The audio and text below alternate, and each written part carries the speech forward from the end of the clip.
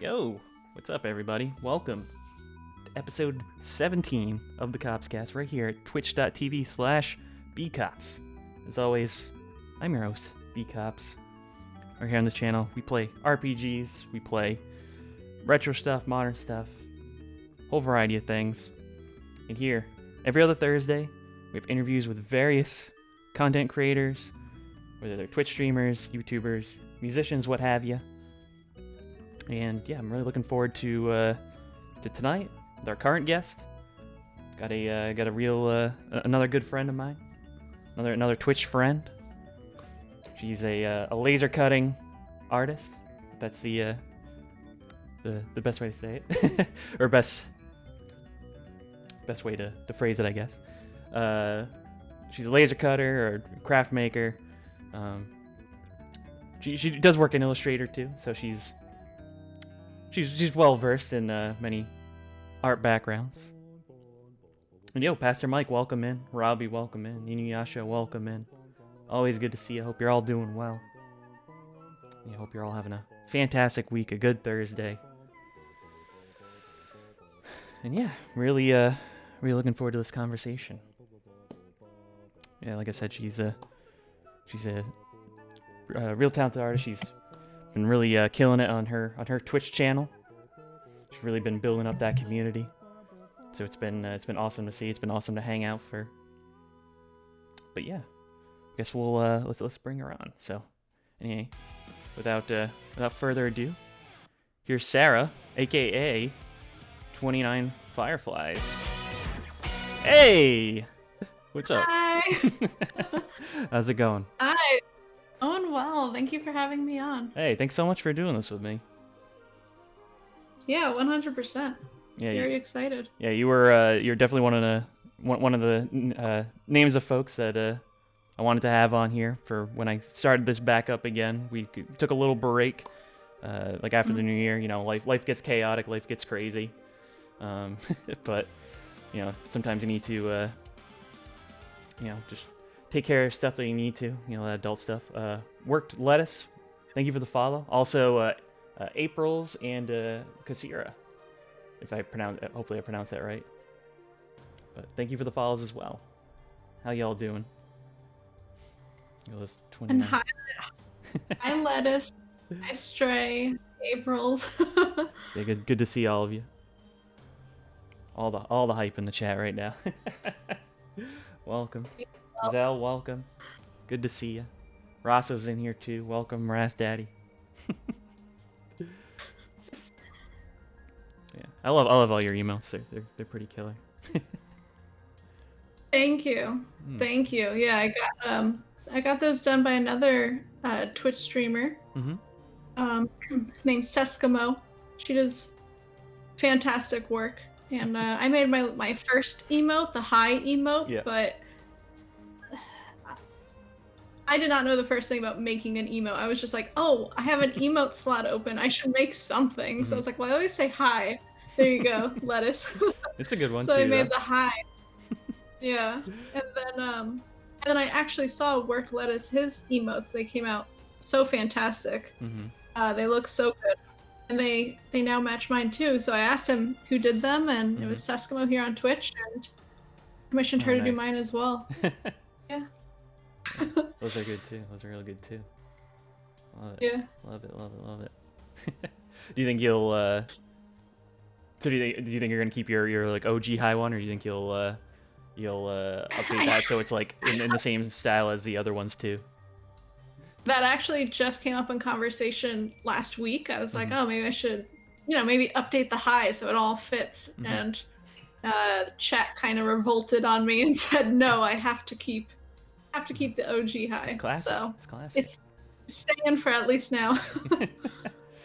But yeah, how's things been with you? It's insane that it's been like a year since the madness in the world's been happening. But hopefully your family, everyone's been in good health and whatnot. Oh, very luckily they have been. Thank you. I hope you as well. Yeah. Obviously, I've known, as we all do, so many people who either got sick with it or passed away or just a full spectrum of things. But It's definitely crazy. If we want to look at any positive sides of things, I guess. On the other hand, a lot of people have a lot more time to be on Twitch. So I think that also helps in community building, having a larger community. So many great new streamers who started during COVID, whether it's because of extra time or being laid off from their full-time job, and so many new great faces and streams to catch. And that's at least one positive that came out of all of this. Yeah, it's been crazy seeing just like the Twitch boom per se. Like just so many friends that like have decided to jump into it too, or like I have this free time, like why not? Like I have friends that like have these communities, and I'm or like they might be part of your community, and they're like, I wanna try it out too, and yeah, I've just had like a whole bunch of friends that really started getting into it, and it's just been awesome, like supporting each other, and as I always say, the big old circle of love, right? So 100%. I mean, there's a common phrase that goes around the makers and crafters community is and I'm gonna mess it up, but it's something along the lines of a rising tide raises all boats, something like that. So I mean, the influx of people, of good content, of great personalities, it helps everyone to have more people coming onto the platform. Yeah, and I've met some really, really fantastic people through it all, so. Yeah. Absolutely. Yeah, it's just, and then, between, like I said, people starting on, or, like you mentioned too, like people going full-time too, it's, it's just been awesome seeing, like, some friends, like, deciding, like, to make that leap, like, they've been having, like, either enough success on there that they feel like that, it can be like a viable thing for them to do, and good for all, and good for all of them. It's awesome to see like everyone just killing it on their channels and putting out great content, and just and overall just being having a good time on their channels as well. So yeah, really, really great communities as a whole that are being raised right now. And I mean, I have so much fun on Twitch. Yeah. I'm definitely watching Twitch way more than TV nowadays. So. Yep, I agree. Yeah, there was like a point where I had to like consider like, I did cancel some like streaming apps that I was like sub to, because I'm just not watching shows anymore. Right. Like I'm just like hanging out in people's channels a lot of the time, and then like in like my other free time I'm either hanging with my partner or my family, so it's like I feel like just trying to like I'm trying to like justify like a lot of these like other expenses now, and especially now because like I'm a homeowner now too, so it's like I'm really trying to like factor like what things I'm really using now, and it's but and it gets expensive with all those services too, or just normal cable. We got rid of cable now. Netflix is, I don't know if I'm ever going to be able to part with Netflix. They have some pretty good series, but basically Netflix and Twitch for me. I feel like I'm always like on and off Netflix. Like, I mean, for me, funny if I share an account with my parents for that, but then I share my Disney Plus account with them, so it's like, it's a fair trade. I do that with all the different services we might have. It's, we know somebody, and then we share vice versa. 100%. I mean, if they allow 4 or 5 different accounts on there, you should, of course. I feel like a lot of these companies, because like they have like so many, they allow you to have like so many profiles, it's like, why not, but 100%. But yeah, like you said, like just spending like so much time on Twitch like in general now, and it's like, I don't know, because I'm like just like either falling behind on all the other stuff, and just like, I don't know, like as much as I want to like watch a lot of these, and like I'll get to them eventually, hopefully, but I don't know, I just love being able to support the friends, and just hang out in the chat, and and then likewise, like you do stuff on your channel, and it's it's just a fun time, Absolutely. And especially with everything going on now, and you can't go out as much, can't see your in real life friends as much. We all have our Twitch friends now who you can go hang out with, and you know, I don't know. Things have changed so much, right, in the last year. The norm of going out of a Saturday night, going out now, like, isn't really a thing. Yep. So staying in, seeing who's on, hanging out with some DJs or musicians or whoever it might be.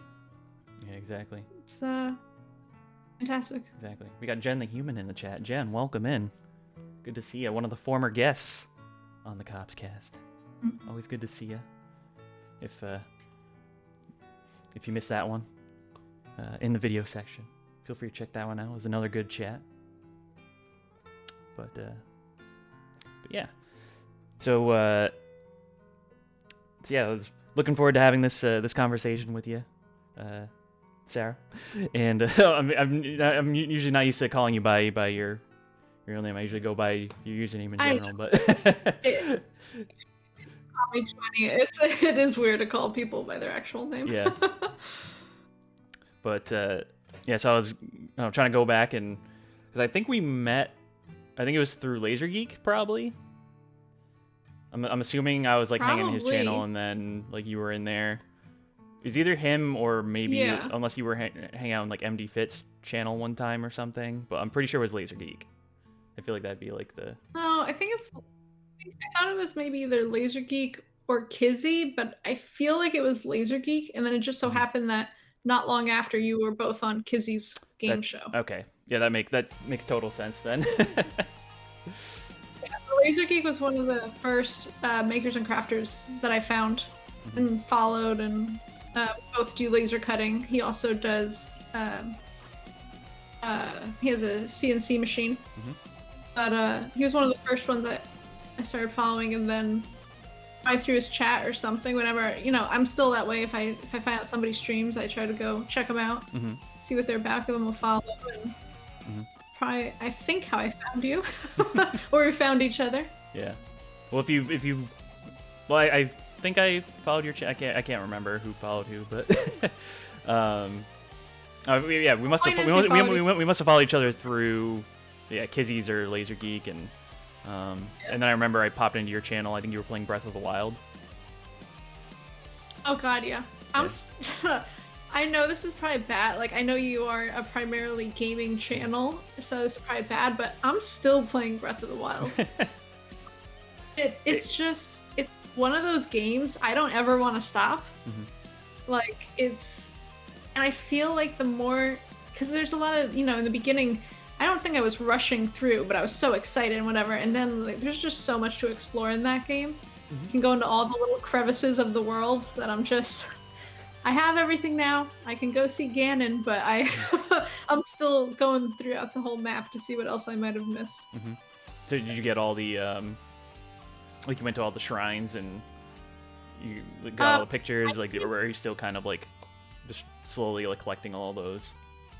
So I'm in the last territory that I opened up, whatever they call them. I would open up sections of the map. I'm in the last one. I probably have a handful, 3 or 4 maybe shrines left. But that is such a good game. I'm so excited. When they put out that teaser trailer for the second, I got so excited, but then I was also like, oh, they're gonna make us wait like years for this. I mean, if everything's just on that same engine, I feel like they could like put that out like sooner than later, but I mean, I feel like it'll be sooner than like the whole. Well, granted, they could have put Breath of the Wild out sooner if it was only on the Wii U, but then they realized like how much of a cash cow they'd be missing out on if it wasn't on the new device too. So, I mean that was how I played it. I played it on the Wii U, and I've been holding out on getting a Switch. So like when Breath of the Wild 2's out, like that's gonna be like my alright. If I don't have a Switch by that point, I'm definitely getting it then. So. Yeah. My husband has a Switch, so that's how I play. Okay. We do not have many games, but honestly, I do love the Switch. We especially like it. So prior to COVID, we did quite a bit of traveling. We'd go on like one vacation a year. to different locations around the world. But when he got the Switch, it was so nice to like sit in the airport and play a game together. And we both have the little controller, and that's what he sold it on, or that's how he sold it to me. Yep. So like, look, like when we're traveling, we can play together instead of just like fighting over who gets to play. yeah, because you just you just mount the screen and then you're both just playing like one half of the Joy-Con, right? Yeah. So we did. We got to try this out once in 2019 on our last trip. We went to Thailand, and in the airport multiple times, like at the layover and then coming home and all that. And you're waiting. You just, sit down, put one of our backpacks in between us, prop up the screen, both have our little controllers, and it's honestly a lot of fun. And there's like some free downloadable games that we actually have some really good ones. And then we also have Smash Brothers. Nice. So that's what takes most of the time. Yeah. Breath of the Wild is super good, Jen. Yeah, absolutely love that one. With that game in particular, like the way that I played it, I turned off the mini map and I just kind of like went in whatever direction. Oh. So I'm just like, wow. I feel like going this way today, and then I'm like, all right, I see shrines here, here, and here along this path, so I'm just gonna go that way, and that's like how I played it, and then until eventually I got like all the shrines, and then I'm like, all right, I guess I have to beat the game now. You are a trailblazer. Yeah. Did you go see like Impa first, or did you totally go off the map even right out of the gate? No, it was a long time before I got to Impa. Yeah. Because they definitely set it up that you're like supposed to go to her right after you leave the tutorial section, basically. I just once the shrines opened up and you could like climb the towers, I'm like, all right, so I'm just gonna like go up here. I'm just gonna go this way, and then eventually I'm like, all right, well, because I think because I must have just like rolled up on that village, and I mean there are points in that game where like it's like you can't pass like when you get to like was it close to like the volcano or whatever, and then you're like on fire, so you like, all right, I can't go that way, you can't go in the snow area, can't go that way. So then like eventually it was like I exhausted all my options, so it's like, all right, well, I guess I have to like story progress.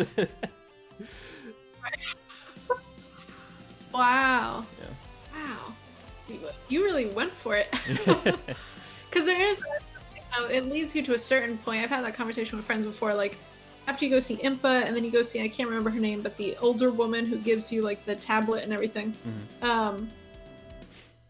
From there, it's kind of, up to you. It's definitely, free world wherever you want to go. But, I've talked with friends like, oh, from there, did you go north? Did you go south? Did you go further east? But you just, you set out on your own from the beginning. That's pretty awesome. Yeah. But with the Switch, it is, because like you said, because there's all the free downloadable stuff on there. Like, I love that they have the Super Nintendo app on there and like the NES app on there. So like, you can essentially play those games like online multiplayer, like if you want. Yeah. So like, it's really smart. I think it's really smart. It makes sense. Yeah. And the amount of people I know who have a Switch, and the main thing they use it for is like Super Smash Brothers or Mario Kart. Like, tap into that nostalgia, and if you can get it online and for free, even better. Mario Kart's a good time. I'm a bit of a scrub at Smash. Who's your? I'm definitely not good. Oh, mine. I don't even know her name. I found a new one that I like. I can't remember her name. I used to always play as Zelda, not Zelda. Sorry, Princess Peach. Okay. I always played as Peach because I just, you grow up. I want to be the girl character. There, not a whole lot of girl characters. Now there's a lot of, and you can change their outfits so thoroughly, and I'm definitely not good at it. My whole tactic is when you get like the full 4 people in there, I try to hide out and like try to wait it time. Out. That was always my strategy as a kid. Maybe if I just hide, nobody will know I'm here. Just ducking in the corner until like someone realizes, oh wait, where'd she go? Yeah. But it's obviously a lot harder when it's just husband and myself, but we'll usually put some NPCs in there, and then I can still try to hide out. But the NPCs are pretty good about going after both of you. So. Yeah. Do you and the husband play online against other people, like either randos or like other friends? Not Super Smash Brothers. We started doing that, especially with COVID, but also, well, actually, it came out a while ago now. Among Us. Mm-hmm. We played that quite a few times with our IRL friends, which I mean, that was such a great idea too. And again, it was apparently out. I only learned about it kind of when it seemed like everyone learned about it last year. Yeah. But it had apparently been out for a while. But I think that's a great idea too, where it's free on at least iPhones, and then like $5 on Steam. Like, such a good idea. Make it low so that it brings people in. Have a bunch of well-known, online personas, entities, content creators, gamers play. And yeah, that's been a lot of fun playing with IRL friends. Kind of like just we'll log on one night, hang out for a little bit, and then jump into a few games of Among Us. Yeah. Yes, guys. So it's addicting. Yeah, I was gonna mention. Yeah, it is, but it's so stressful though. And she's super hooked in that game. Yeah.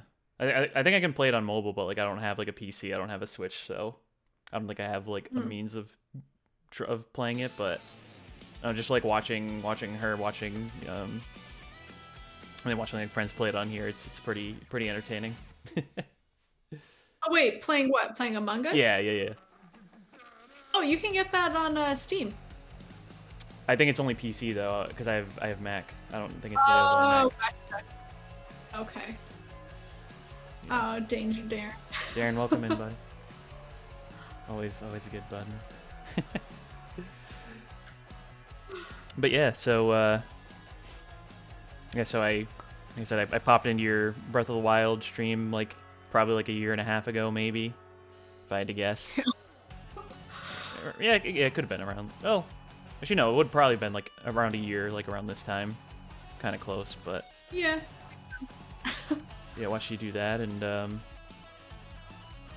then I mean you do gaming stuff, but you mostly like to focus on your crafting stuff, which I mean, well, I have a whole good slew of questions I have for you for that, but you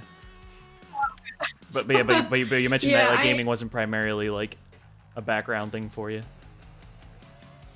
Yeah, no. Well, and when it comes to Twitch, I definitely much more focus on makers and crafters. So yeah, I do, like you had mentioned, like a lot of design work, vectors, but also I have a laser cutter right behind me that I do a lot of laser cutting on. But I have always enjoyed games, and I mean the first reason I even came on to Twitch as a viewer was games, and then I found out like, oh snap, there's also like a makers and creators section. So I mean, I've always been a fan of video games. I'm not very good at them. I don't necessarily keep up with the latest trends or the hottest games or whatever it might be, but I think a lot of people do, right? Video games are so fun. I definitely go for more of the storytelling ones.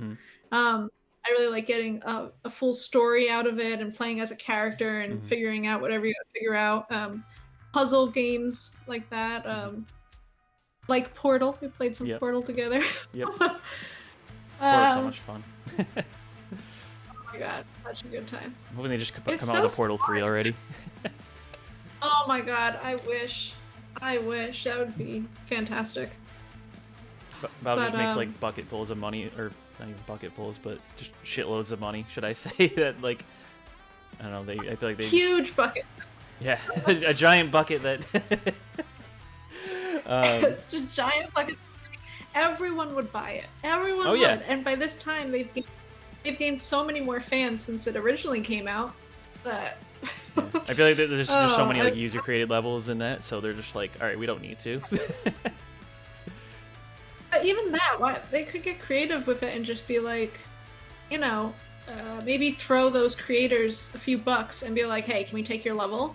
You can like do like a curated, you know, for people who maybe don't know about the user created levels or how to access them or how to play them or whatever, you know, create a storyline and then throw in user created rooms and challenges, and I don't know. They could definitely get a third one out. I'm surprised they haven't ported it to like modern consoles at all. Like, I was kind of expecting like a Portal 2 or like even some of those like orange box games to pop up like on like PS4, Xbox One. That never happened. I mean, maybe they'll do it this gen, but I don't know. Maybe. I don't know. I also feel that like if they haven't done it yet, I don't know if they would make the leap now. Deadpan says we need Half-Life 3 first. Dude, that game's been in like limbo for like what, like 15 years, if that, at this point. Like, I feel like it's just not gonna happen. They really love making you wait. Or, I mean, who knows if you're even waiting for anything to begin with. I like to think one day that they are actually seeing all the hype that's out there for these, you know, new installments. And I refuse to title Half-Life 3, damn it. Oh, man. But, yeah, because I remember you also playing, you mentioned you loved your story-based games. You did some Life is Strange. So you like a lot of those, like Telltale, like just kind of like, yeah, just the more narrative-driven ones where you're just kind of like, it can branch out in like any direction. And oh yeah, and like with Telltale, I think this is Telltale. I did the like Walking Dead games, with like Clementine. Yep. I did not finish those. That's something I would love to get back into because I had played it years and years ago. Yeah. And then I was like waiting for one of the new episodes to come out, and I just kind of like fell off of it for whatever reason. I mean, I love those. I love this is way back in the day. No one is gonna know what this game is, but way back in the day, I could go into a bunch of games, but one of the most probably embarrassing games. Yeah, one of the most embarrassing games probably I played was this Nancy Drew game. I'm sure I got for like Christmas from like some aunt or something who was like, oh, a 10-year-old girl's gonna want a game about Nancy Drew, why not? And I played this game and it was so scary. It was so scary. There was that, it's so old now. It's probably right around the year 2000, the turn of the century, and like it was that kind of thing where they were doing it where it was drawn, but they were trying to make it photorealistic. And you're playing as Nancy, so you can see her hands and stuff, but then when you're interacting with other characters, they were so creepy looking because they were like kind of real, but kind of not. And it was like you had apparently they made multiple games like this. The one that I had for Nancy Drew was like, you were in this theater that was going to get demolished, and you had to figure out something before it got demolished. And you had 3 days to figure it out. And it's, you know, just like any other game where when you hit a certain checkpoint, the day will roll over to the next one. It's not like you're really being timed until that last day. And it was like, you actually had to focus and get through it. And the people, like the bad people in the game, literally did try to kill you. It was so scary to me as like a little kid playing this, and like, I got pushed off a balcony. I got closed in a trap door room. Like it was traumatizing. I know nothing about those games, but like I know like how popular they were, or just like how big they were back in the day. Yeah, Jordo in the chat, he mentioned one of his friends streamed it, and it's quite the following. It's so, I mean, I haven't seen it now in, 20 years, but it was just terrifying. It got to the point where I had my older sister sit with me while I played it because there was like jump scares and I couldn't handle it. So she would kind of like watch the screen if I looked away so she could tell me if it was okay or not. Merry Christmas, here's some anxiety. Yeah, exactly. That aunt really, really loved me. But besides that, I also played Tomb Raider. Classic. Oh my god, my gaming stories though are all so lame because the Tomb Raider we had some kind of glitch. I don't know what happened. This was I don't even know PC, where I got right? it from. My dad. Yeah. Yeah. But my dad just went. We got the, it would be so exciting back in the day. It probably wasn't even Best Buy. It was probably like PC Richards or something where you like go and you get, or like Staples. It was probably Staples. Comp USA. Actually. And you go, yeah, and like you go to the game aisle, like you look through all the boxes and Tomb Raider was so exciting because it even had like a little fold out thing on the box that you could look through, and I was so excited for it, and there was some glitch in it. Honestly, I probably scratched the CD. I don't know what. It was probably my fault. But the point is, it wouldn't let you really play past the second level. Oh no! So so I'd play the whole first level, and I remember when you get into the second level, it would start to get a little glitchy, and there would be a bear that would attack you right in the beginning, like a bear and its cub, and like part of the screen would be glitched, so you couldn't really see over there. So I would have to always turn it away to make sure I could see it. This is so lame now that I'm thinking of it.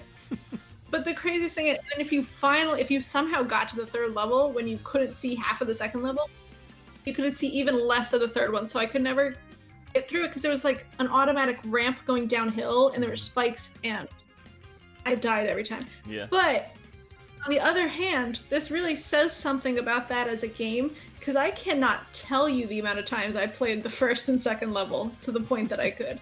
I played them over and over again, so obviously it was a really good game. I just wish I could have continued on with it. They actually sold you the demo disc and not like the actual game. It definitely feels like it was a demo, except that it wouldn't let me go. It would be like, second level and whatever, and yeah. I don't know why I didn't complain about it. I was just happy with it, I guess. I don't know. So funny. Uriel, welcome in. Good to see you. Hope you're doing well. But yeah, those Tomb Raider games, like I remember, I don't know how old I was, but it was like my godmother's son. He had it, so like he had like all of them on his PC. But yeah, I remember like I jumped into like his save file or whatever, and then it just booted up into a cave, and then all of a sudden, yeah, just like getting mauled by a bear, and it's just like the scariest thing like back in the day.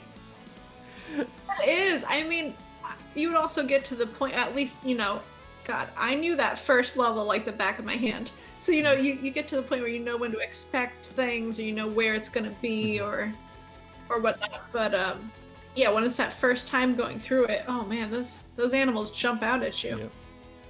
Yeah, it's like bears, wolves. I do remember. Yeah, there's like, isn't there like a dinosaur at one point? I remember at one point you're like in a pool, and there's a bear walking the perimeter of the pool. So if you try to get out, it'll come right over to get you. So you had to like go to one side, but then quick swim to the other side and get out. And that's so funny. Good game. Though. Did you play any of the reboots, like the latest ones that they came out with? No, not the recents at least. I'd recommend them if you loved like the originals back in the day. Like if you got to eventually play through like more of them, or like through more of that first one. I would recommend the newer ones. They were really fun. Oh, awesome! No, I would love it. I mean, like I said, I'm definitely not good at video games, but I do love them. Yeah. Definitely check that out. What other games did you grow up with? I mean, the PC games were mostly educational. Like those were the ones that my parents would get us. So, I mean, no one's gonna know those games, but I did save up my money when I was a little older.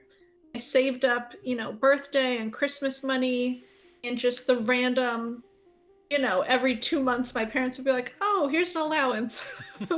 So save up my $7 whenever I would get it. And I finally saved up enough to get a PlayStation 2. Nice. I was so excited as a kid.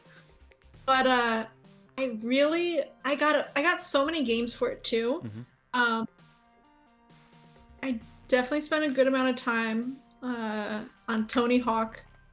Not even doing like their actual stuff, just on just kind of skating around, and like I'm not good, so I can't do all the things that they want you to do, like I don't know, 4 ollies in a row or whatever they want you to do.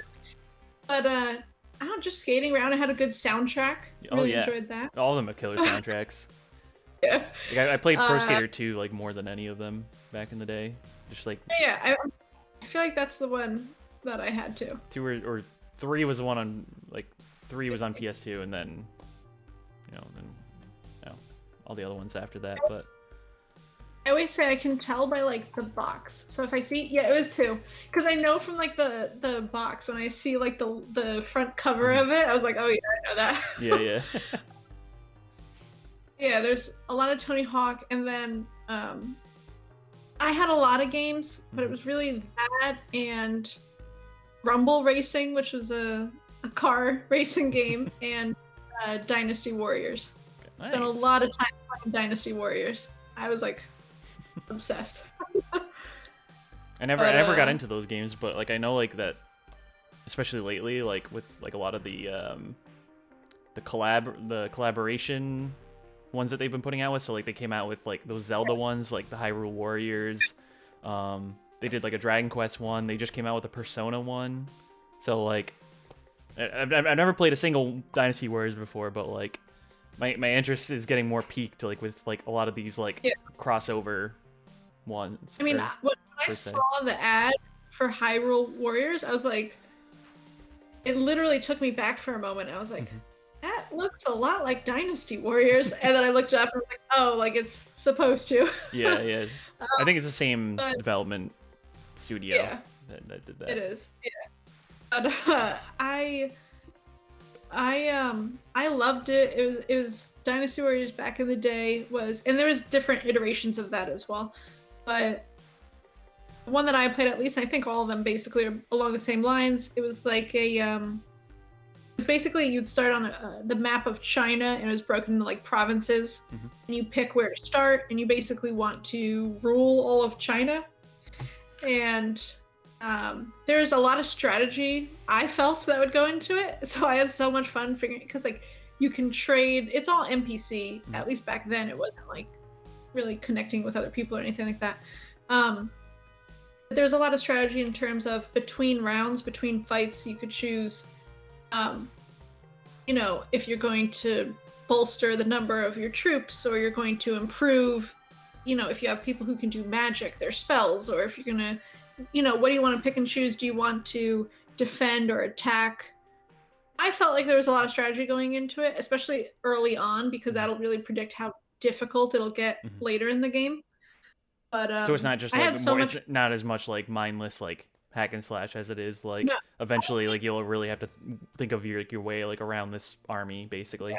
I think I definitely started in the beginning just going like just running through and just trying to like tank my way through everything. And then it definitely became like, oh well, if I defend this round, then they'll be weaker and I can attack them next round, and try to go after these characters first, because they become so powerful later in the game that if I don't defeat them early on, they're nearly impossible later. Yeah.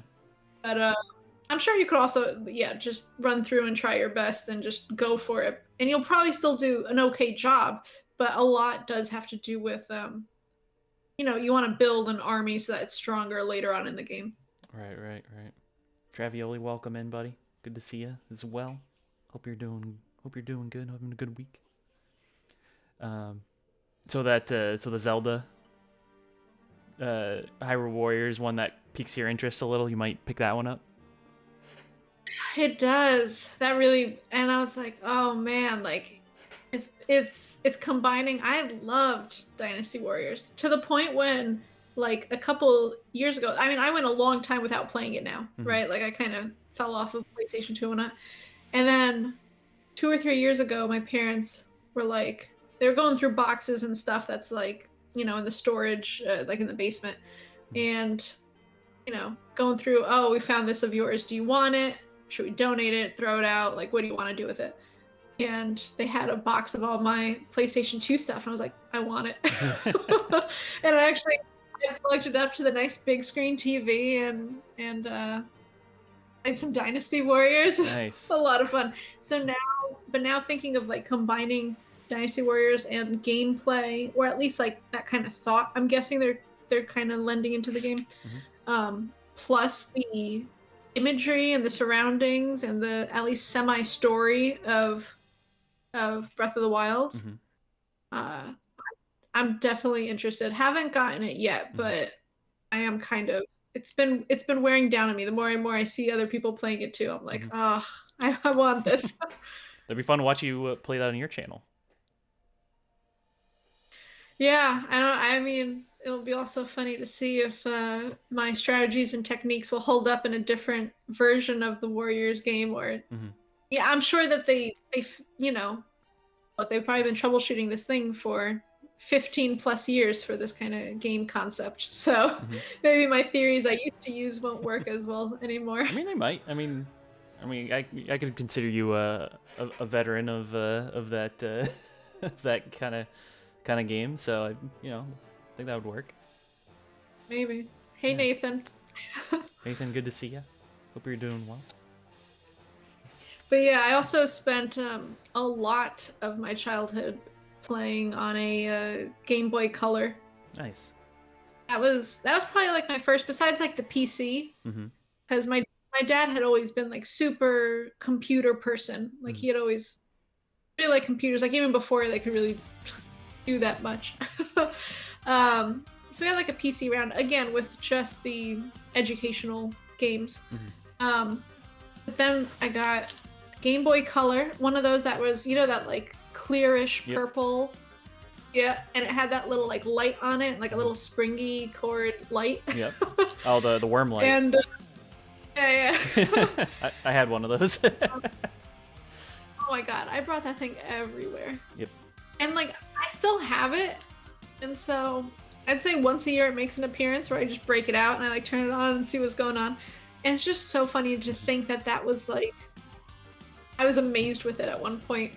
Like I thought it was just the coolest thing. I have so many games, and I played a lot of Zelda. I played a lot of like brand titles, like different things as they come out. Like there was like a Simpsons game, a Toy Story game. I had that one too. Yeah. The Lord of the Rings games. Kirby? Not Kirby. I never really got into like those super big classic things. I don't know why. I think a lot of it was like, I don't know. It was again me just like walking down aisles of the game store or of wherever I'm at and seeing what they have going on, and if the package spoke to me. So I did not Pokemon, do a whole lot of research. So Pokemon and the Mario games didn't speak to you, or? Oh, they did. Mario, not so much. Like I had some of like the really older classics, like Pac-Man and Galaga and like that, like all on one. Mm-hmm. Spy vs. Spy. I did a lot of Spy vs. Spy. The Spy vs. Spy would give me heart attacks too.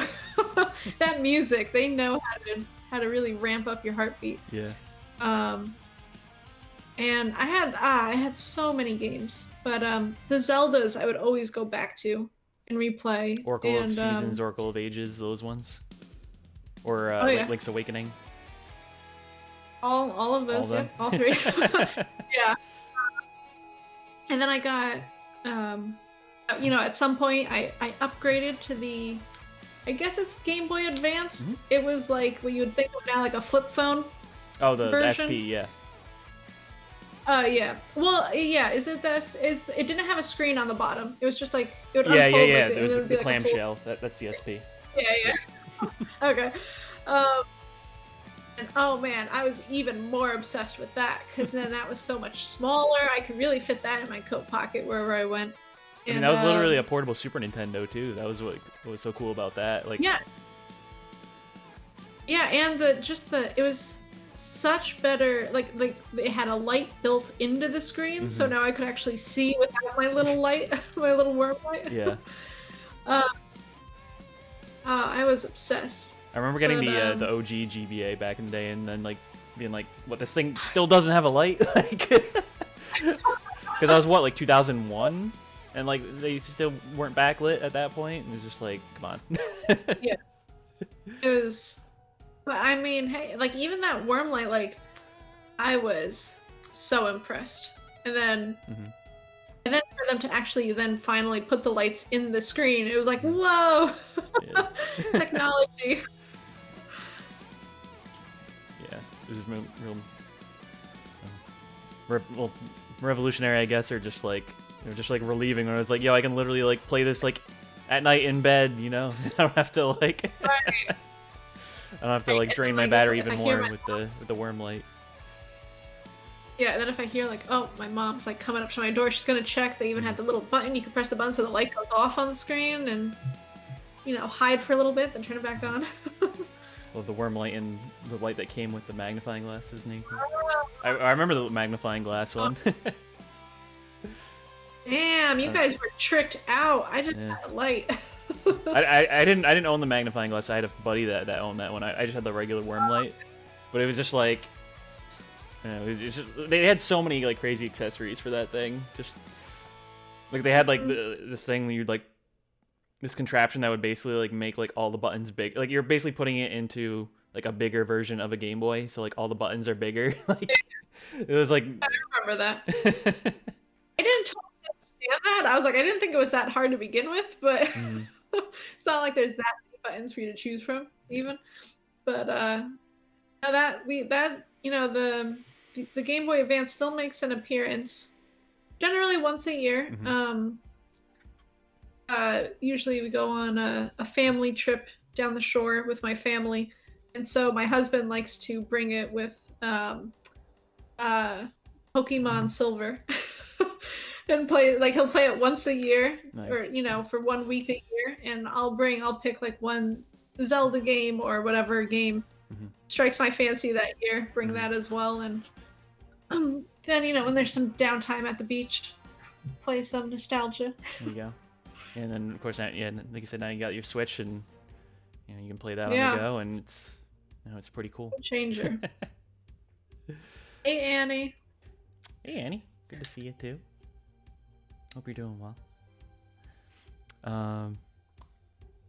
But yeah, any other current favorites that you've been playing lately? Like you mentioned Portal. You've been playing through Life is Strange. Any other particular ones and of course Breath of the Wild. Any other ones you're also playing? Yeah. So last year is when I played the first Life is Strange, and then later at the end of last year I played the Life is Strange Before the Storm, which is like 1.5, and now I'm working my way through Life is Strange 2, which is like a totally different storyline. It is memorable. I kind of wish there were some more, some different endings maybe. I feel like I had heard, I try not to ruin it for myself, but I feel like I heard there were more options for Life is Strange 2 of how it ends. Because Life is Strange 1, it's really just one of two endings. Like, no matter what you do, you basically end up with one or two endings. Just the good or the bad one, basically. Basically. But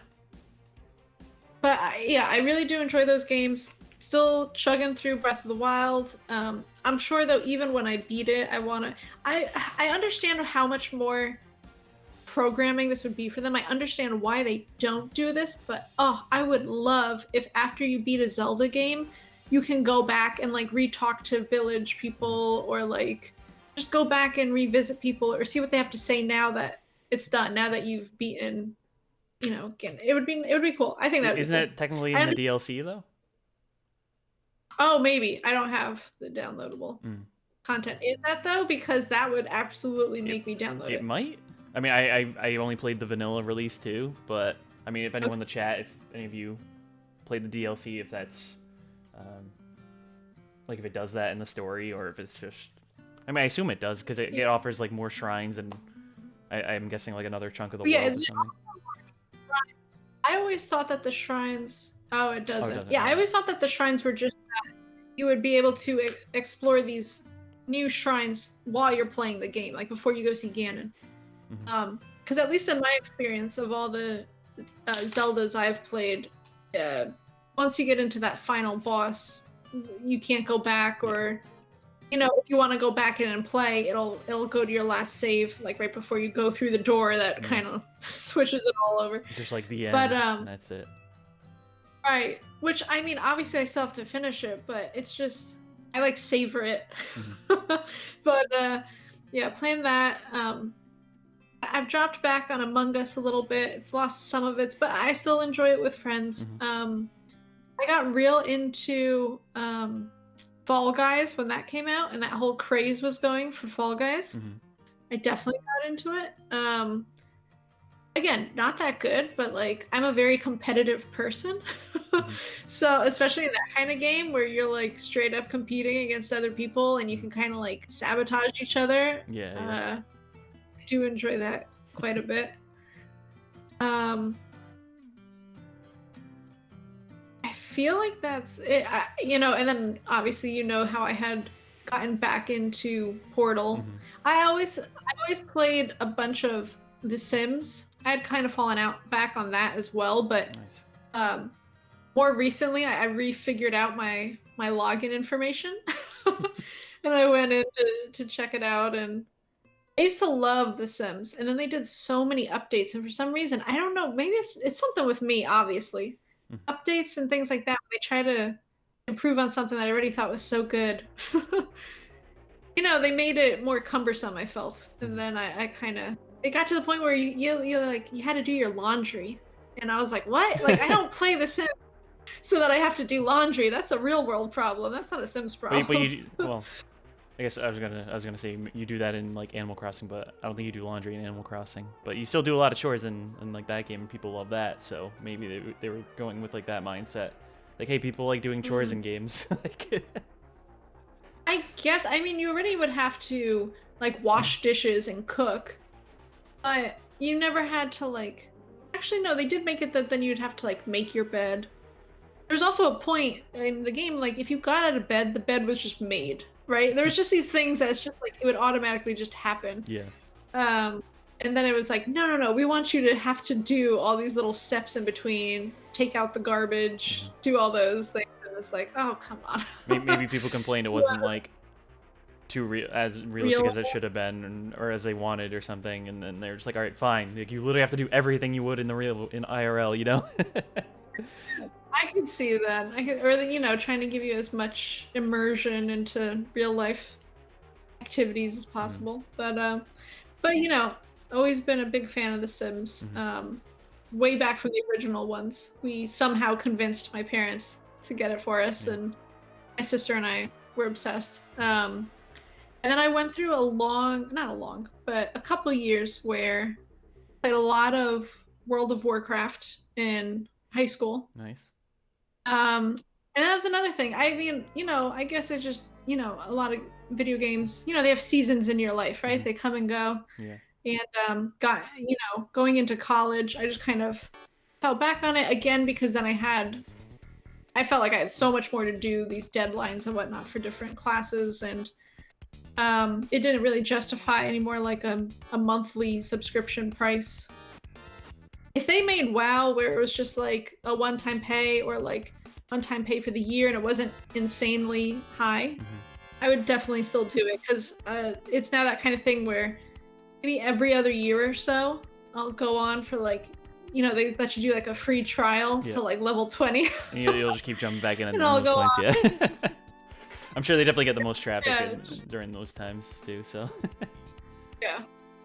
Just like hop on, grind till 20, and then fade back. But that's been that was another one, and I'd say that's been my deter with like MMOs, because it's like I'll jump into it and then I'll just get like so sucked into it that like this whole shelf of like a million games that I'll have to get to eventually will just sit longer, Oh my God. So it's just I mean, it's one of those things.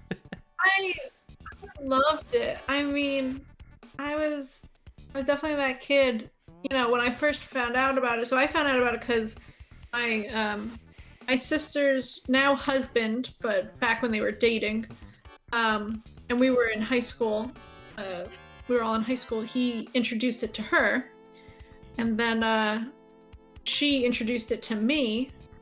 And then that was back in the day. WoW was, I think, a lot harder than it is now.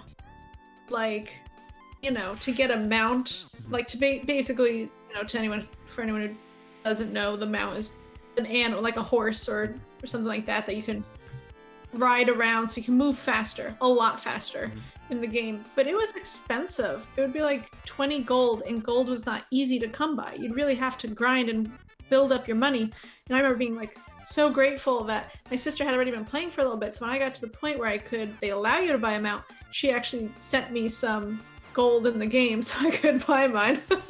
And now, like, the last time I had played it, you go on and it's like pennies, like in-game pennies to buy. Like, it's nothing to get them out. And I was like, oh geez, all right, they made that a lot easier.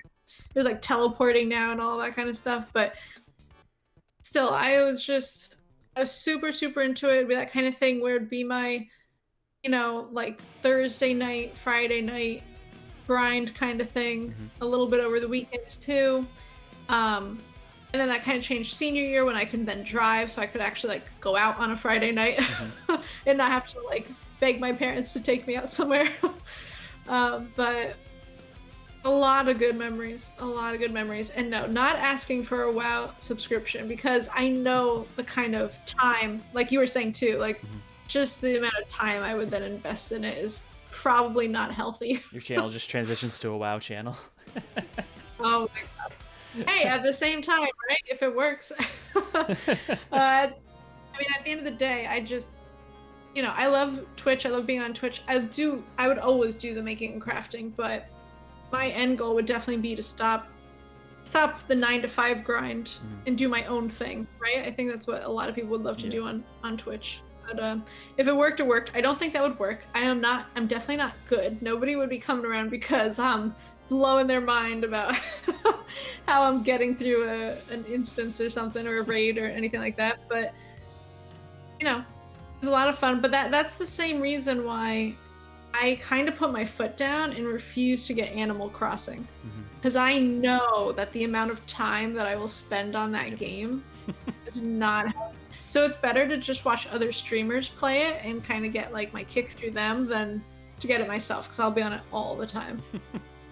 I have a buddy that's gonna send me the GameCube one at some point, and I'm like, I don't know. I know if I like jump into it, like I would have to make that like a 1 day a week kind of thing, because otherwise, like, I'm just gonna be like, everything else is just gonna sit on the back burner.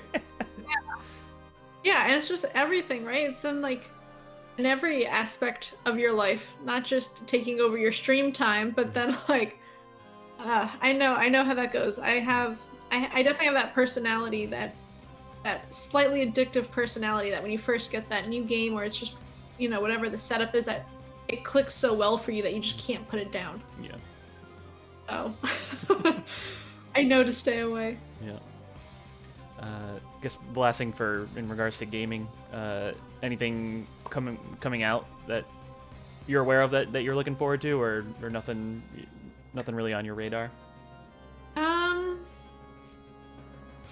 mean, nothing super on my radar. I did see that they are doing new levels of Among Us, which I thought was interesting, because that game too is like, well, after a certain point, you've played all the levels, you definitely have a favorite. There's only 3 right now to begin with. And so, they've been putting out like teaser screenshots of it, and that'll be interesting. I want to see if they update it in any other way too. But then, just really hanging on for that Portal 3 one day, or at least they put out an actual trailer for Breath of the Wild too. But still, I mean, I feel like with all text or video games, they always get pushed. So especially with the way the world is right now, like, it's like, just take your time. We don't want a cyberpunk situation where, I will say though, I had so much. Cyberpunk was one that I was so close to pull the trigger on getting it, and as you can tell from the games I've talked about so far, I'm not super into. I'm either in like the super mainstream games like Among Us, or the super random ones like Nancy Drew. Like, so the fact that even then I found out about the game, I guess that means it was pretty mainstream. I found out about the game, but then like I really like watching, you know, different people on Twitch, but in terms of like YouTube, I really like Rad Brad. I watch a lot of his gameplays and walkthroughs, because a lot of the time too, it's like I don't have the game system, so I'm not gonna get the game. I want to see what the game's all about. I want to know the story behind it. I watched him play a lot of series before, so I watched that one as well, and I understand why people were obviously upset. Some of the glitches that were going on were, while hilarious, annoying that you've been waiting for this long. And apparently it's not quite as open world as everybody hoped it was. For my first initial look at it, when I first started watching like the gameplay and just random people on Twitch playing, it looked fantastic. And then by the end, you know, my hype kind of died down because I could see where there were some loopholes or just glitchy parts of it. But I mean, no, I don't want them to. I mean, and it took them what, like 7 years since they announced that game was coming out to actually release it. Yep. So I don't want them to necessarily rush Breath of the Wild or Portal 3, but I do want it. Yeah. And at this point, I don't think it's rushing. I think they can do a good job. I have high hopes. Yeah, I mean, Nintendo's usually good about, you know, putting out like the best quality product that they can. I mean, there's some instances where it might not be, but Sasaki. Yeah, I mean, I had also. Oh, sorry. Hey, welcome in, Sasaki. Sasaki, thank you for the follow. Appreciate it. Welcome in. Yeah, that was another thing I had heard though about Cyberpunk, is that there was a huge discrepancy whether of if you played on PC or console. Because it seems like the console one, they rushed it like way too much. Like that had way more issues that PC had. Yep. Yeah, especially like the last gen ones, like the PS4 and Xbox One. Like, I mean, from what I read online, they had like 9 versions of the game that they had to put out. And the fact that that the higher ups were like, no, we need to put this out before Christmas because we want to like get all, because they knew that they had like record-setting like pre-orders and you know they wanted to hit all these big numbers, but now it's like backfiring on them like immensely, and it's just like, should have just waited, man. Like, and I guess look, I mean, I do not work in this industry. They should know better than I do. Yeah. However, it would also seem to me that if you put it out on one console, if you just put it out only on PC and got that hype, it would still have done really well in sales. And if it was a really clean, well-made game, it would really bolster that hype to get it on the other consoles, and maybe then they could pinpoint exactly which one. But the problem is they had to do the 2 different generations for it, and they definitely messed it up. But it's a cool idea. The timing really hurt them. It was because of like the in between, you know, because development took them so long. I feel like they had like no choice but to prep for like next gen too. So I don't know. It was it's tough, and you feel for like all the developers. You know, it wasn't their fault. It was the higher ups that like basically like forced them to put it out like way before it was ready. You know, but right, for all the amazing points that they did correctly, unfortunately they only get recognized for all the horrible points. Like Nathan said too, it even glitched for him on PC, where that's frustrating. We'll see how that goes, and I mean, I'll probably I figured I'd give it like a year, and then I'll probably pick that one up just until like everything's like ironed out. That's what I said to my husband too, because I was like, I'm not ready to drop $60 on a game that is getting clobbered like this. So I'm gonna wait for the price to drop and for a few more patches to come out or whatever they gotta do, and then and then go for it. Yeah. Yo, Rhetoric, what's up, buddy? Welcome in. Good to see you as well. Hope you're having a good week. Hello. But yeah, so we talked games for a little bit. I want to get some of your art background and stuff. So obviously you went to school, went to college for art, right? Or not? I don't not think initially. of it. Well, I don't think of it as art. I went to school for industrial design. Okay. So that's the design of mass-produced products. Mm-hmm. So basically, anything that gets mass-produced, somebody with some sort of title along the lines of industrial designer worked on it. So that's everything from furniture to lighting to, on the grand scale of things, cars. Mm-hmm. It can go into shoe design, clothing design, flatware like forks and knives, your monitor, your keyboard. If it's like physical and it's mass produced, that falls into the realm of industrial design. So I went to school for that because I knew I wanted to do something more creative, and nothing was really sparking any interest for me when, second half of junior year, when they start kind of pressuring you of thinking of college and what do you want to do. Yeah. And, that's when you also start getting all that mail from different colleges and whatnot. And I hated all that mail. I barely looked at anything, but my older sister, loves reading that kind of stuff. I don't know why. But so she would look through it all, and then she pointed out at this one school that they had this industrial design program. And she's like, read what this program is. Like, that sounds really interesting. And I was like, oh, that is interesting. So I went to like a, I don't know what you would call it. Not an orientation, just I guess like a talk about it. Like I went to the school on one of their like open houses. That's right, I think, right?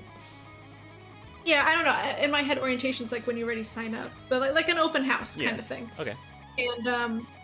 And they have an architecture program and they have this industrial design program and whatnot, but it's an engineering school, and I really enjoyed how it sounded. And then I looked around. There's some other schools in the area that have the same kind of program, so I focused my search then for that, because I knew I wanted to be something artistic, but I've never been a super great artist, like in the traditional sense, in terms of drawing or painting or sculpture, or I'm not super great like that, but I think I'm creative, and I like the creative side of things way more than I don't know. Like I couldn't be like a nurse or something. Like I can't deal with blood. I couldn't be an accountant because that's like so many numbers and math, and like I can't. It had to be somewhat creative. You kind of lean more towards like more of like a hands-on approach with like the work you were putting out, basically. Yeah, and just more of a relaxed vibe overall, if you will. And yeah, so I then, I picked a school. It was a 4-year program, and, met, lifelong friends there. My best friend, I went to school with as well. My husband and we were also in the same program. Nice. So, yeah, so lifelong friends. And out of school, I did get a job pretty quickly out of school, and I was very excited. And it was actually for flatware, like I just mentioned, like forks and knives. And it was okay, but the working situation was not great. Yeah. I did not love it. And, from there I've worked at home textiles, I've worked at food packaging and home textile packaging, different packages. And I had always really enjoyed laser cutting. And my school had a laser cutter. A lot of schools, especially schools if they have a architecture program, tend to have like a wood shop, and part of the wood shop or tech shop will be, maybe you have some 3D printers and a laser cutter or two. And that's where I kind of first saw it in motion and designed for it, and I had so much fun with it, and it was so exciting that kind of whatever I would draw in the computer program, no matter how complex it was, it could cut it out. That's it. And it was like, yeah, it was like magic to me. That was like, oh wow, like that was so complex, and I could never cut that out by hand, and it just did it perfectly. But you know, at that time, like right after college, if you wanted to own your own laser cutter, it was up in, you know, you couldn't start less than $6,000. Wow. Or like the kind of like normal ones on the market. There's always been ones that people call eBay laser cutters. Basically, if you go on eBay and you search laser cutter, there's these different models. There's a red model and a blue model. That's literally what they're called. It's like red model, blue model. Sometimes they're called like China models as well, because they are produced in China, and all of the instructions and everything, labeling, everything about the machine is in Chinese. So it's also very difficult then to use if you're not a Chinese speaker, or if you cannot read Chinese. So, but I do know people who own those, and there's workarounds you can figure out, but it's a lot of maintenance, a lot of upkeep, a lot of calibration you have to constantly do. Was there a lot of like online? I'm sorry. Was there like a lot of like online tutorials for that? There were, if you like looked in the right spots, but it would also be the kind of thing like you basically have to start a new thread of take a picture of whatever your problem is and be like, this isn't going great. Or there's like there were like general, like the whole instruction booklet, but in English that you could find online that somebody translated. And then everything on your machines is still in Chinese. Like whenever something's labeled on your machine, it's in Chinese, but you know, you could find it online probably. But it was a lot of tinkering to get those units correct, and it still is. But if you are down for that, if you are cool with tinkering, if you like that even, you can get laser cutters for, you know, $300 or $400. Really not that expensive in the grand scheme of things. But for a real laser cutter, and for one that, by real, I just mean a much larger bed size, a much larger cutting size, and with just far less problems or calibrations you'll have to do. Back in the day, it would be like $6,000 to start out, and that was like, you're just scraping by with the bare minimums. And then a couple years ago, the more like hobby laser cutters, they're kind of called, came out, including the Glowforge, which is what I have.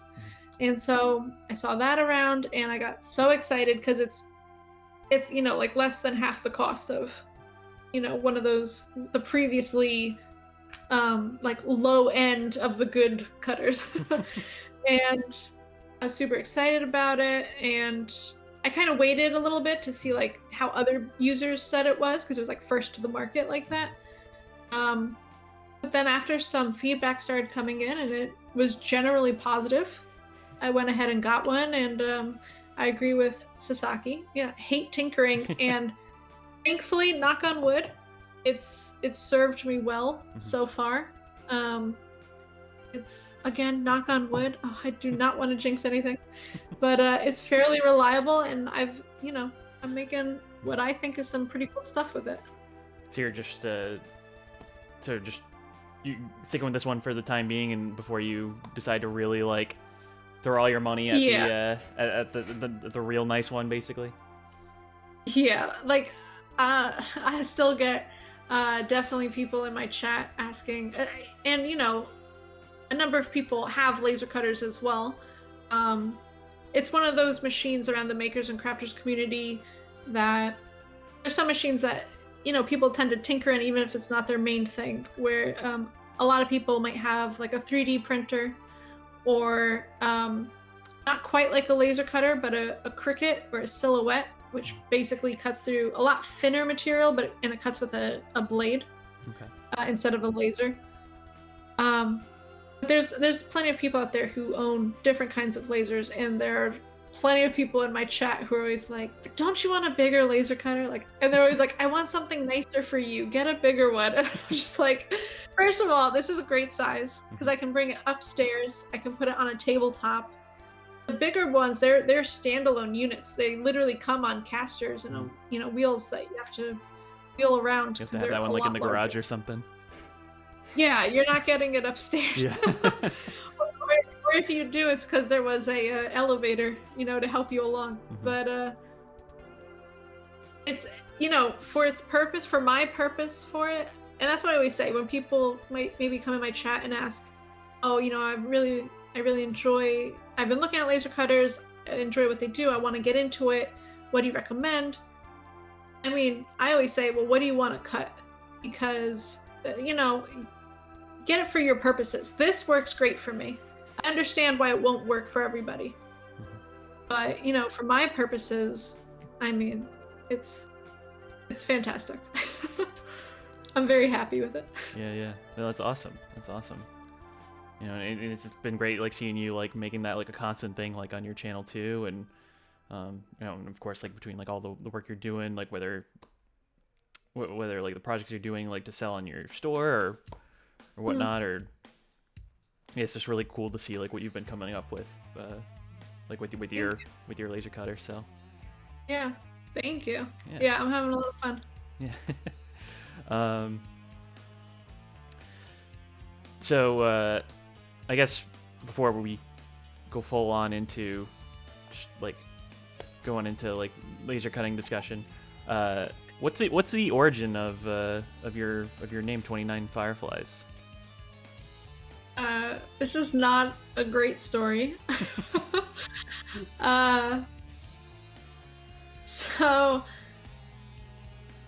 So I knew that I wanted to start an Etsy because in my head, when I was getting this laser cutter, I had already been kind of drawing up and sketching things that I thought I could sell. And again, my end goal has always been, I've never really loved working for somebody else or working in like that corporate atmosphere.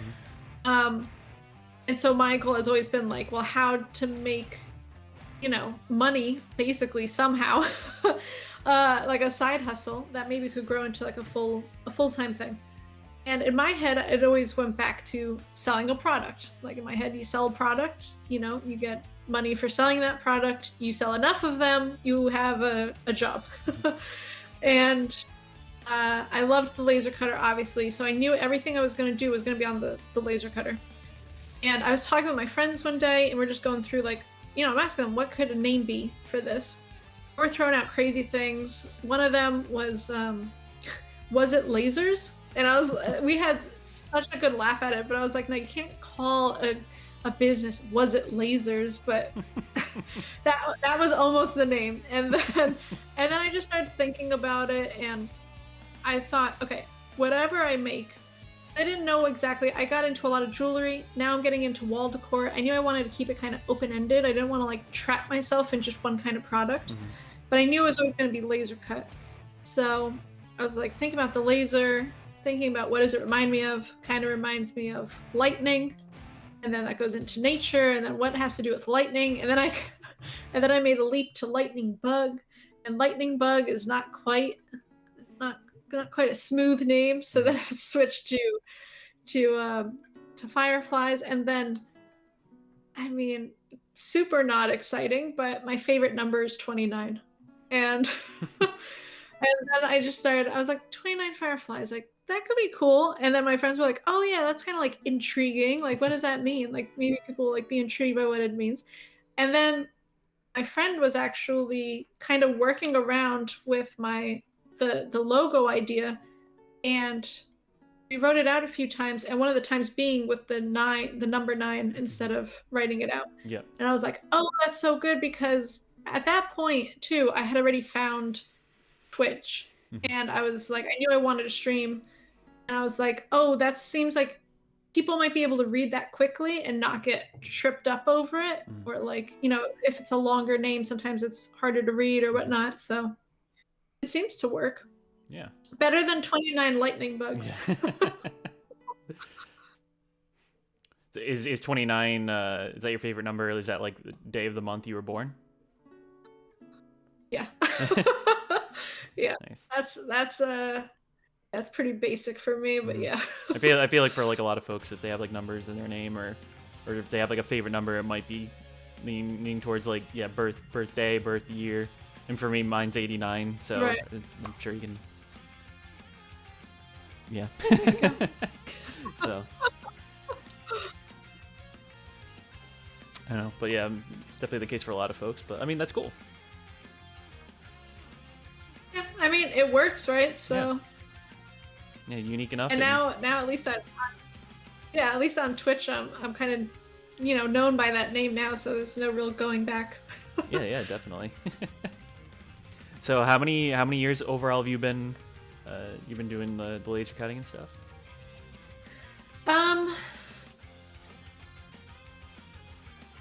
In my head, it's still 2020, so I need to like calculate like a whole other year in there. But I guess about 2.5 years I've been laser cutting, or like I've had my laser cutter. Also, Calamity Cat, thank you for the follow. Appreciate you being here. Thanks for hanging out. Hope you're doing well. Hey, Calamity. Yeah, so I've been laser cutting for like, I've owned my laser cutter, I should say, for 2.5 years. Before I got it, I still had some friends. I still knew some teachers at the college I went to, and they had laser cutters. And actually, one of my good friends who then ended up teaching some classes there was able to let me come in kind of like after hours to cut some stuff on their laser cutters. So it wouldn't like eat into like the students' time and whatnot. So I did some stuff like that before I got my own laser cutter. And then I got my own, and then I started on Twitch just about 2 years ago. Nice. So like half a year after, but it's that kind of thing where I did like one stream and then I wasn't on again for another like 3 or 4 months. Yep. And then I did another stream, and then it was another 2 weeks before I did another stream, and then like 4 weeks till another stream, and then it finally got ironed out. But and now at least, now at least I'd say last summer, after I now moved into my house, because I took a little break with moving and all of that. I've been much more consistent in treating it much more like an actual thing, and not just like I have some extra time, let me just hop on Twitch and stream for a little bit. Yeah, I feel like that was the same kind of boat for me too. Like I technically was on 6 years at this point now, but on and off, not really understanding like the importance of community for a good chunk of that time. And then I talked with somebody with Mega Gremlin actually. He gave me some good advice, and then just met a lot of awesome people, and we have like a big old group of friends, and we're just a whole big, like I said, like I told you earlier, big old circle of love. So, and it's just been a blast ever since. And then keeping the consistency, and it's been so much fun. Yeah, consistency is definitely key. But I mean, I think a lot of us who got into this at least a while ago, you always kind of just test the waters, do a little stream here, do a little stream there. And then like you kind of see, the importance of, if I actually go on at like the same time every Tuesday or Thursday or whatever your days might be, my friends will know to come back at that time. And it won't just be that random sporadic like, will they stream this month or won't they? So definitely helpful. Yeah, for sure. So in regards to like the stuff that you work on, I know you do like a lot of cutting with like wood and acrylics and stuff, right? Yeah, so it's a lot of I do have hardwood, but there's also a lot of plywood, and then acrylic, and it's generally around 1/8 inch thick.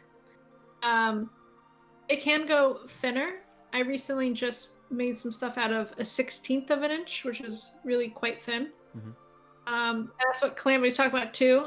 Sent out some recorders that actually come flat pack, and then they get assembled to be a little recorder like this. Actually made a I mean, I figure we can show it off in a little bit, but I made like a little slideshow of some of my favorite things that you posted. Oh, awesome! So, Ooh, that'll be I mean, I can actually hold on. Let me just put that in now. Yeah, see. Yeah, so I got your recorder was actually the first thing that I that I had. There's so. the recorder. I was looking. I have Calamities right around here. I think I actually already packaged it. Maybe that's what it is. I have Calamities too. That's going out, but that's one of those flat pack sheets you see on the right hand side. Yeah. But it'd be cool if it would actually it would be a working one. That would be very cool. You know what? No, I have no idea how you do that. I guess it would take a lot more engineering to get that to work, and I would think at least a 3D printed part for that kind of like up towards the top. We have a lot of recorders around here on my channel. Yeah. But there's that angled top piece that maybe 3D print that and fit it into a body that was laser cut. Could be something, maybe. But a lot of people always ask, "Does it work?" And I'm like, "No, no, no, it doesn't." But it's fun. Yeah, definitely. And yeah, I'm also making some custom buttons right now for Calamity, and this is out of plywood. If you can kind of nice. See, it doesn't always come up in good. Oh, there it goes.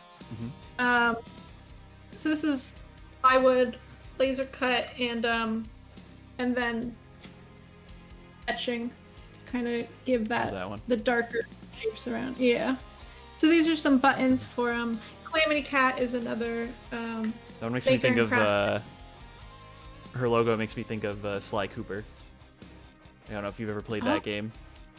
No, I don't, but let me look it up because I love that one. It's a oh dope no. logo. Yeah, no, she has a fantastic logo. Yeah. But yeah, she's another maker and crafter, and she has been sewing some things, some onesies as well. Nice. Which is a big thing in the makers crafters community, and yeah, so she asked for some buttons, so we're making some buttons. I've been kind of going back and forth with her on design and look and size, whatnot. And then I think this weekend it's kind of been narrowed down. So on my Sunday stream, I'll be doing a lot of the actual cutting of all of that. So that's exciting. Cool. Very nice. Yeah, so you do a good like variety of stuff.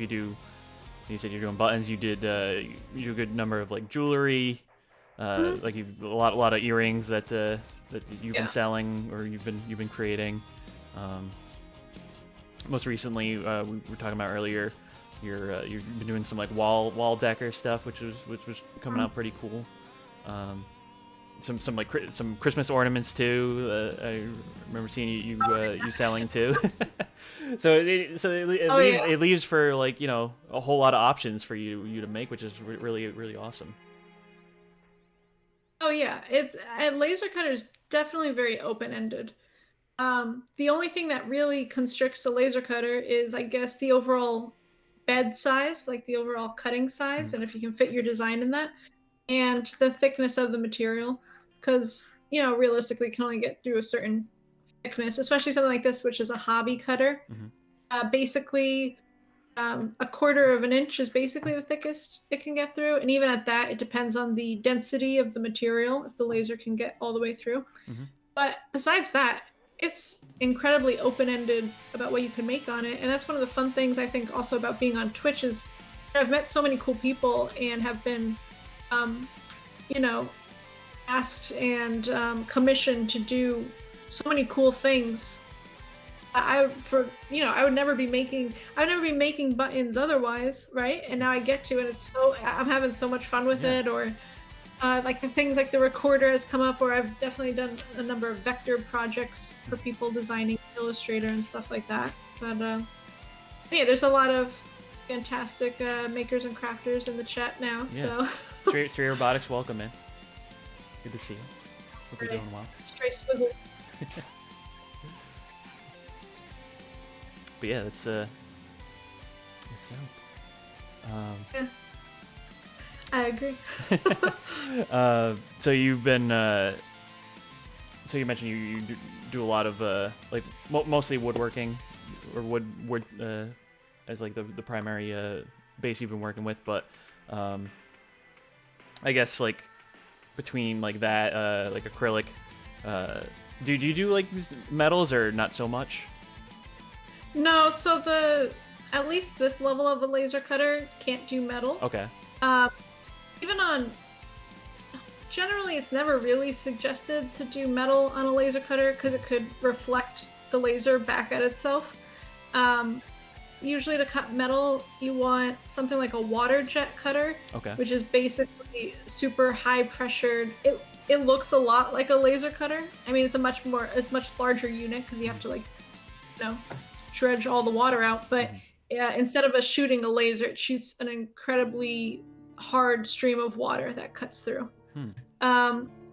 So you want something like that, or like a plasma cutter, but not a traditional real laser cutter. So no metal, but yeah, wood. Although again, I've been saying this a lot too. I don't really think of myself as a woodworker, especially there's a lot of people online like Sasaki does turning like on a lathe, and Work Lettuce, who was in here earlier, does, you know, legit like 2x4s, cutting them down, building things. There's a lot of great woodworkers. I'm not necessarily a woodworker, but I work with wood. Yeah. is the way like Laser Geek has been saying it too. But yeah, so wood, acrylic, and then usually if I bring in something else, paper. There's a lot of paper as well. Like even like a sheet of paper, it can cut through real nicely and not even leave behind ash, or it won't burn. It's pretty cool. Nice. And then fabric as well. But fabrics can be tricky depending. Some of them are easier to cut than others. Some are, it's really, again, down to the density of the material and if it can cut through. But, you know, like leather cuts beautifully, but it smells horrible. So never like to do that. But I remember Laser Geek mentioning that, like, because I think one of his things was like, you redeem this many points, he'll cut through leather, but he just like hates it. So yeah, I told him too, like, you're brave to make that a point redeem because it's bad. Yeah. I've cut leather before, but it lingers. It smells like burning hair, which, you know, kind of smells like burning flesh, I guess. It's not nice. It's definitely not preferable. But it does cut very nicely. It's a good material for lasers. But I have pleather, and so it has that same kind of texture, but not the smell. So it's much better. So what's your favorite like overall to make stuff with? I assume wood, since that's like the majority of what you've been working on, or? I would say wood. It's also just a resilient material. With something like acrylic can be fun because you can get one that is, you know, all different colors. They sell some that are like have glitter or like a mirrored look to it. But it also tends to be a little heavier. It really depends what you want to do with it. But wood, I find to be so versatile. First, I think the natural wood color looks really nice, and I think generally people enjoy like a natural wood look. It takes engraving very, very well. Like with an acrylic, if you engrave on acrylic, you can't really tell until you get up close that you did the engraving, unless you like paint it in or fill it in with something, because it just looks like more of the material at a different level. But the wood actually has a slight, almost like a char look in the engraving. So I just think it's a little more versatile. I was gonna ask, is it? I'm sorry. Is there like a benefit to like if you're working with an acrylic over a wood, or like some materials you like to make certain things with over that, or what's like your general mindset, like working with like one over another? Yeah, there are definitely benefits. Well, first, depending on what it is, and this really didn't matter when I was doing jewelry, but there's a big cost difference between acrylic sheets and plywood sheets. Plywood is a lot less money than acrylic sheets. Now with my earrings, this never really mattered because on an acrylic sheet, I could probably fit, 20 plus pairs of earrings. So when you divide up the cost amongst 20 plus pairs, it becomes negligible. And now that I'm doing a lot larger pieces, like the wall decor pieces. If I were to do that on the acrylic sheet, it would raise the cost of materials. I mean, I don't know, based or compared to wood, it would probably go up, 10 times the cost at least. It's so much more expensive. But in terms of cutting, acrylic is very reliable. Once you have a setting down on your laser cutter of what properly cuts through, it'll just be pretty much great every time after that. With the wood, depending on the wood, I've been running into some slight issues more recently on the plywood, and depending on your supplier, where the plywood has, the different layers in the middle. And so there's some glue in there. And I've had it a few times now where if you try to cut through a glue spot, or maybe it's just like a weird spot in the middle of the wood, the laser can't get through it. So even though it'll cut the rest of the board, it cuts 95% of the board beautifully. And it finds one little spot and it can't get through it, and it's basically ruins your whole piece because now you can't take out what you were cutting. Because now it's caught in there. So it's very frustrating when that happens, but I'm still on the side of using wood more than acrylic. Again, usually more just for the overall look of it as well. So a lot of the stuff that you work on, is it like a lot of so is it a lot more like freelancer, like or just like paid gigs or paid jobs that you're working on, kind of thing, or is there like a lot of like personal projects you've been doing, like, for the most part, or how's like that whole like the idea for like you creating like a lot of your stuff? Right. So it definitely goes back and forth. It's mostly about just what I kind of want to be making at that time. So in the last few weeks, it's been the wall decor that I'm really into. But there's a time there where I was making, obviously you saw in that last picture, a lot of recorders. Like the one that was in that picture, but like this, like the original one, this is all separate slats. So like I had to cut out each and every slat of it and the little piece of wood that's on the inside, and that was a big undertaking. But then also, as somebody comes around and whether it's a commission piece or just someone I'm good friends with, and I'm just like, yeah, I'll do this for you, like, it's fine. I'll usually pepper that into my streams as well. Also, because my streams is just one of those times when I can just get some work done. I still work a 9 to 5, so after hours is, and the weekends is the only time I really have to get stuff done. And besides that, obviously taking care of a house and cooking and things like that. But stream time is kind of that dedicated time to sit in front of my computer and get something done. At least I try to get something done. Some days we're chatting a lot more than than actual work, but it's all good. I mean, it's cool that just being able to hang out with people like as you're like working on something, like, so like you have something going on in the background, and you're focused on that, but it's just more of like it's always just more of like a chill like experience anyway. So although I'm sure like in most cases, like some days you're just like, I don't want to be on a computer, or like I don't want to like I don't want to be like really working on anything, so a game just like works perfectly right now, kind of thing. So I was definitely feeling that, like when I would do like my Monday night game streams. I did that for a little bit at the end of last year, and that was nice because it was like, okay, I just had a long day of work, and now I'm streaming from 8 p.m. till midnight. I'm tired, and my mind isn't always like super on point at that hour. So the gaming streams worked well then, but kind of now I've definitely transitioned more into just full-time making crafting on stream and holding on to games as something that I'm not saying I'll never stream it again, but it's that kind of thing that's more like, it'll be more like for an occasion or for just a fun random day, or just pull it out of my pocket of like a backup. Like, yeah, I'm just I'm not laser cutting stuff today. Let's play a game. That kind of thing. But really sticking with the laser cutting thing is what I've been trying to do. But again, it does get difficult when it's late at night and it's been a long day already. Yeah, definitely. Yeah, so you'll have you have your some of the paid gigs you have to do. You have like your personal stuff, and then you'll like a lot of the stuff like you mentioned earlier. You have your Etsy store that you've been selling stuff. You also sell at fairs and at like craft fairs and at other other events and stuff. I'm sure that's always a good time for you too.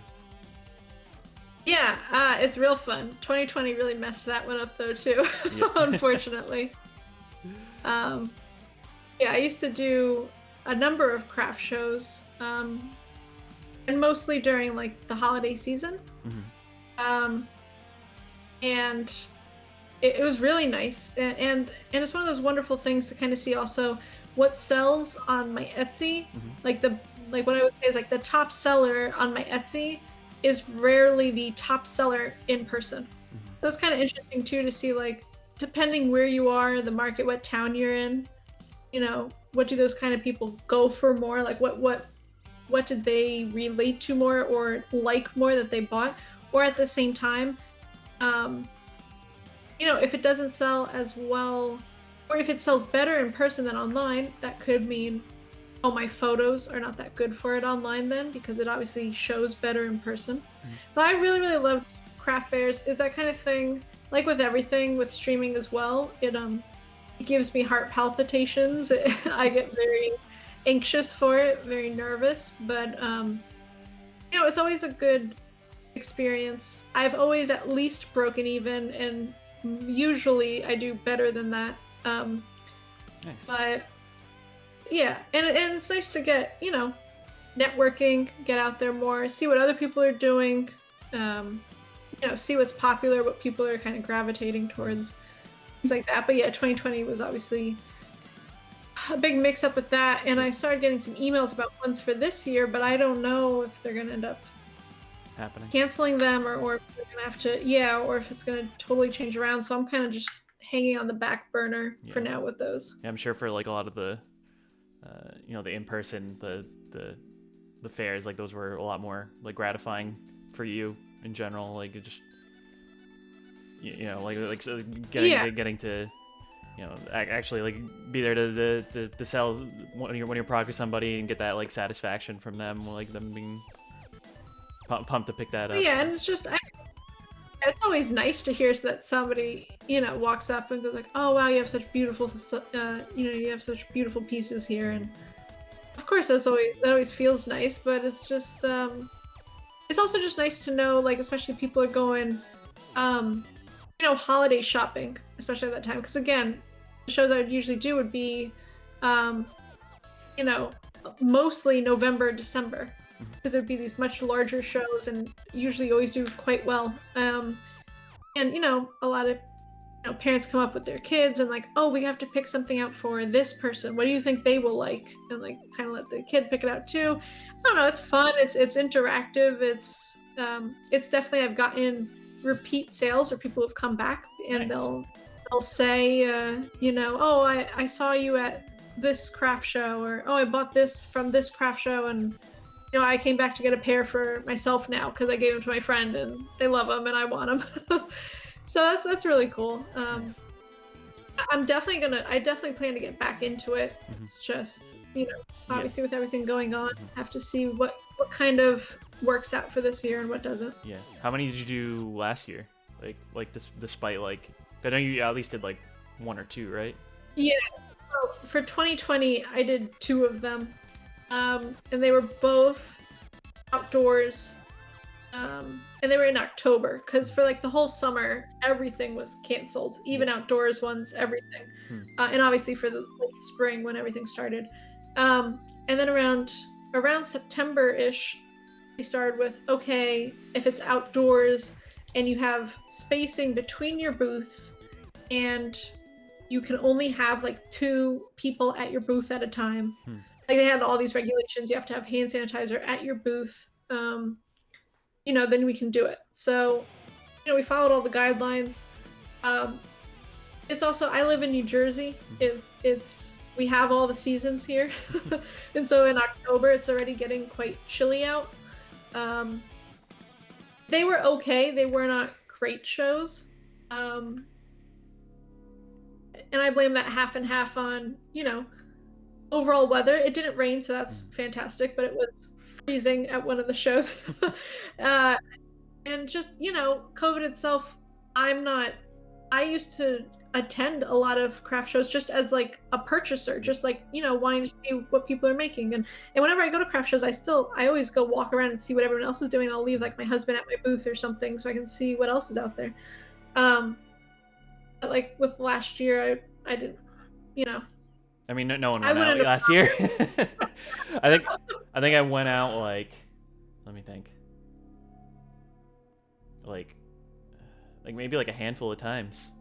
Like there's just a local restaurant that I went to like a few times because they had like really spaced out like outdoor seating and really far away from everybody, and I still wanted to like show my support to them. I mean, restaurants like really got hurt last year. Oh yeah.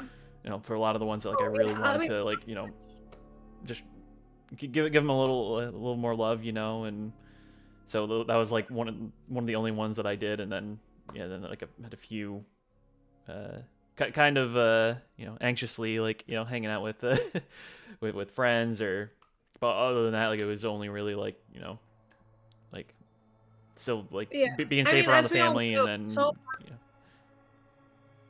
so much got just destroyed during COVID, right? Business wise. And I could count on one hand. I can tell you exactly 3 times that I went out in 2020 after, like from March on, I went out to eat.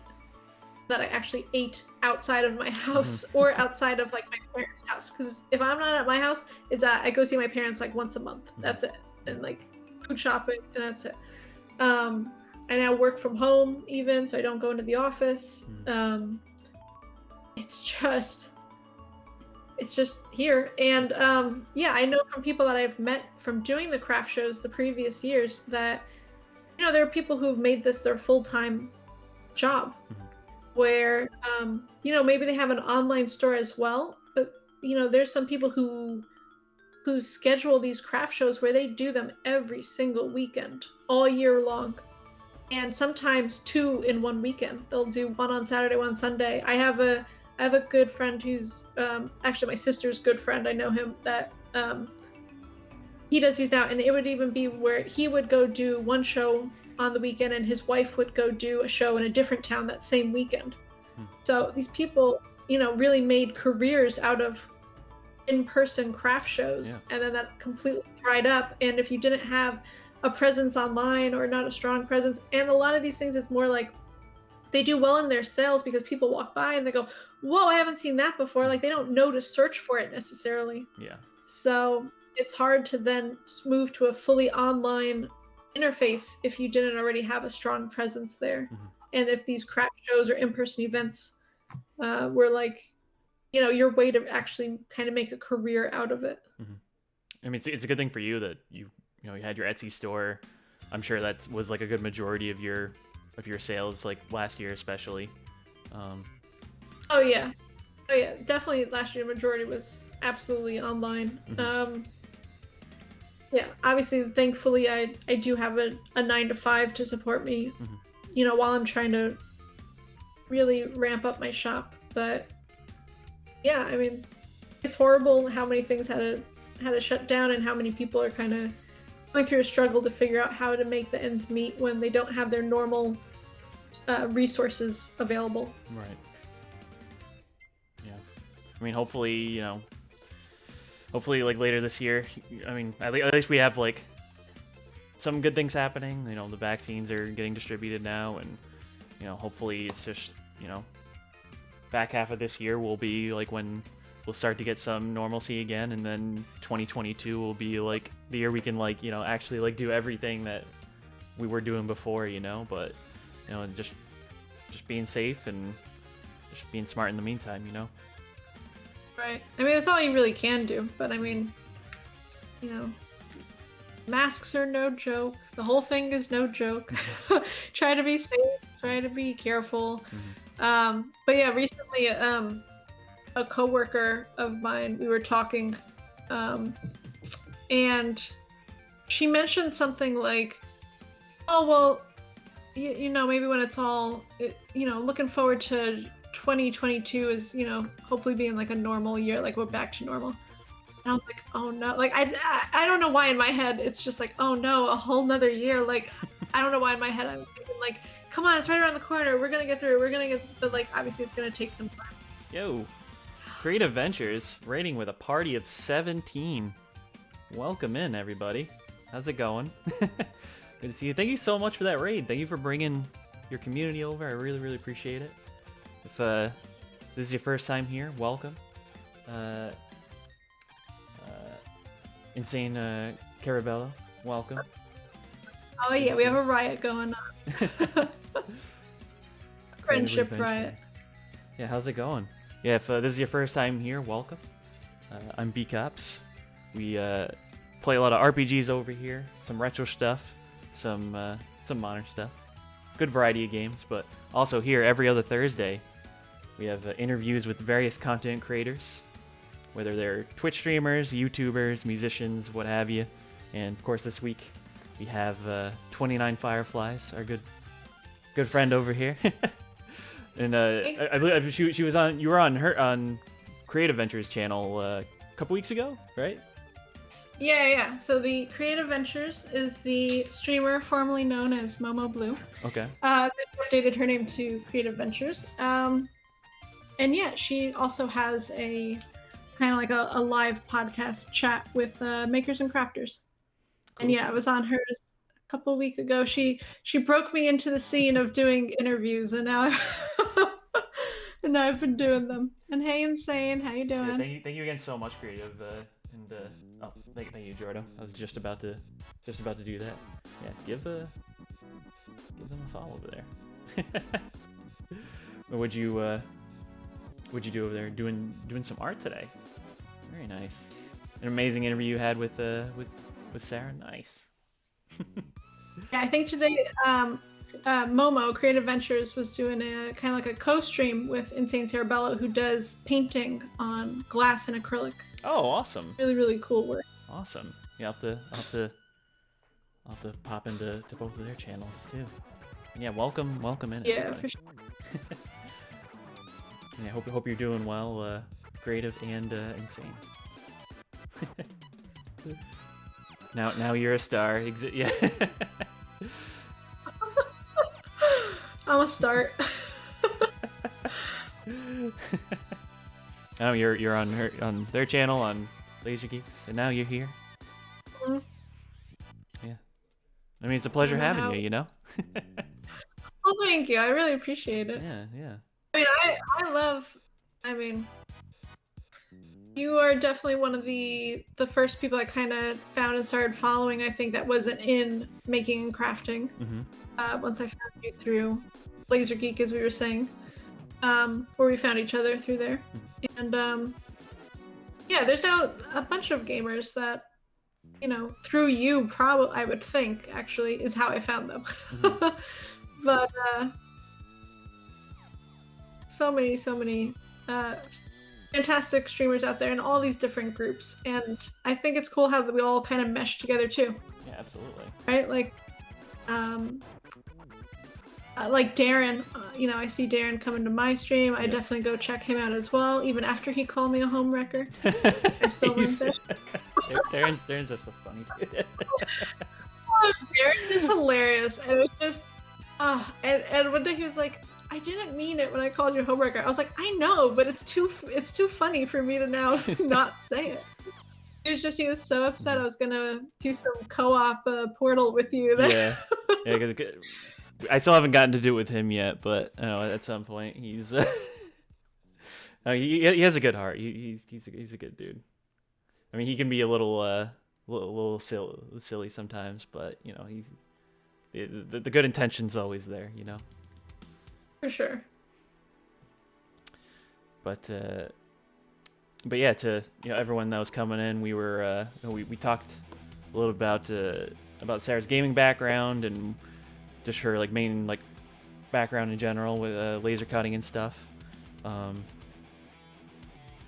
And we're just talking about how with the unfortunate circumstances of everything happening last year, how for a lot of cases, a lot of good majority of everybody had to just kind of shift to focusing on like their online presence for a lot of the stuff that they're selling and stuff, and like you were saying, you've been putting a lot of stuff on your Etsy as well, and it's a lot of stuff. I imagine like especially around the holidays, like your store is like definitely like the most active like around then too.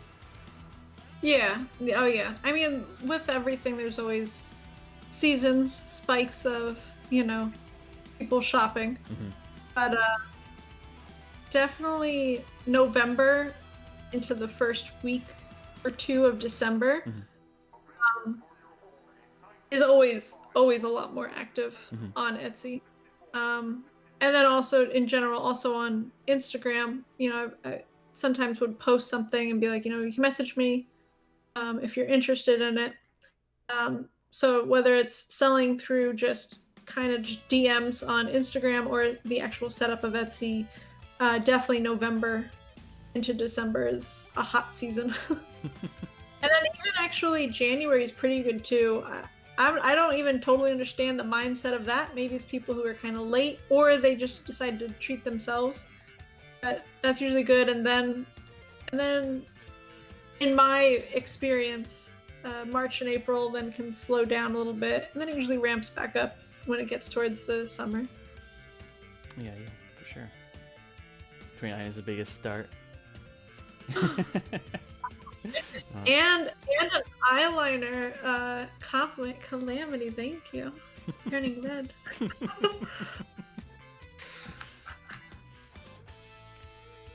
But yeah, so I guess before we move on to the next part of the conversation, because I mentioned I had like a slideshow of some of the things that you worked on.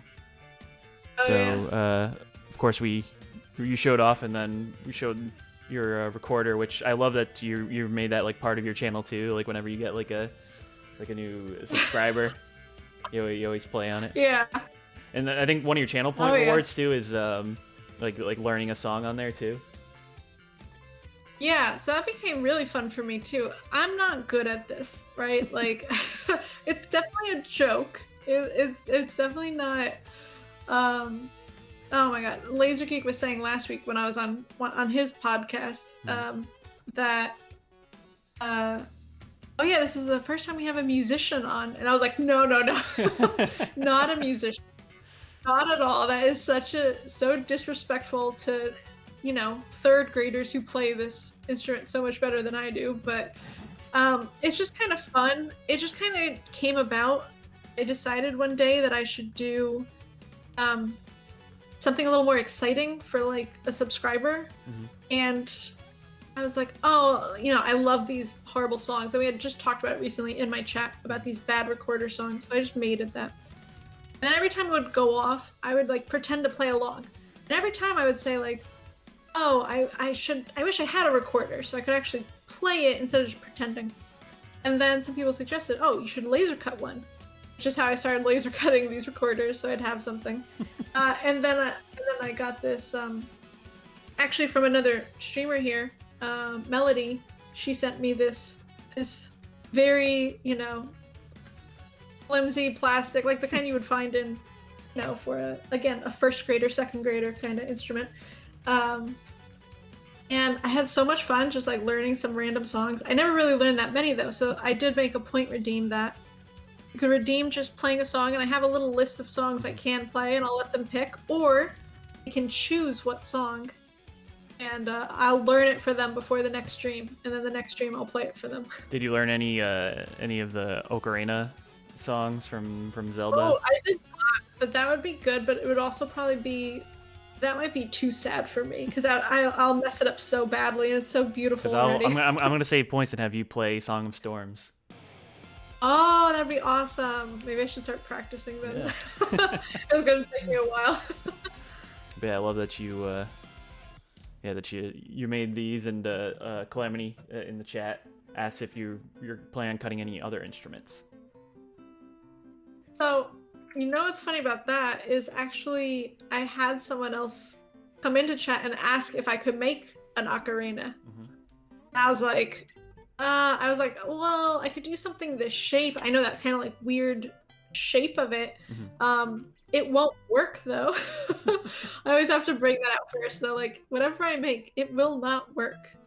But yeah, I guess I could try it. So that could be in the works at some point. She's now saving up her channel points because I have a redeem on that like I'll make something for you with a certain amount of points. I imagine that's like a lot of points. That's a lot of points. Yeah. But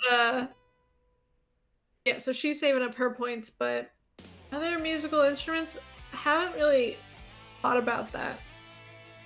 Probably not, just because I'm so bad at this one already. I don't want people to think that I actually have anything to do with real, legit music. I don't know. That'd be cool to see you do more, though.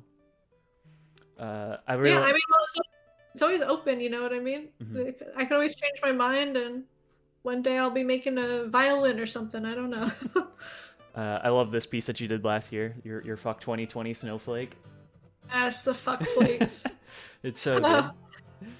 These got so popular. So this is one of those, and I'm always very upfront when something is not my original design. Mm-hmm. And this was not. So this was actually, somebody was selling this design on Etsy. Oh, okay. For a couple of dollars that you could buy it and cut it on your own machine. And then with it, you basically get like a pseudo license. Like they're allowing you to cut it and sell it up to 100 of them. Okay. And Scooby Drew, who often comes around in the Makers Crafters community, sent me the link and asked, could I get that and cut out 6 for him, and he'll pay like a commission. I'll pay for the ornaments and for the file itself and whatnot. So I finally did it. I started cutting them out, and I also cut one out for myself because I knew I wanted one. Mm-hmm. And then I just decided randomly, well, you know what? Let me post on Instagram because why not, right? I have the Instagram. I should be posting. And I decided to throw on there. Yeah. Oh, wait, sorry? And you just had like a lot of pull from folks that wanted to buy it too. Yeah, incredibly so. Yo, Chase. Dude, thank you so much for that gifted sub to Cross Thread Gear. Hi, Pug. Appreciate you, buddy. No, as I always say, you never have to do that, man, but it means a lot. And Cross Thread Gear.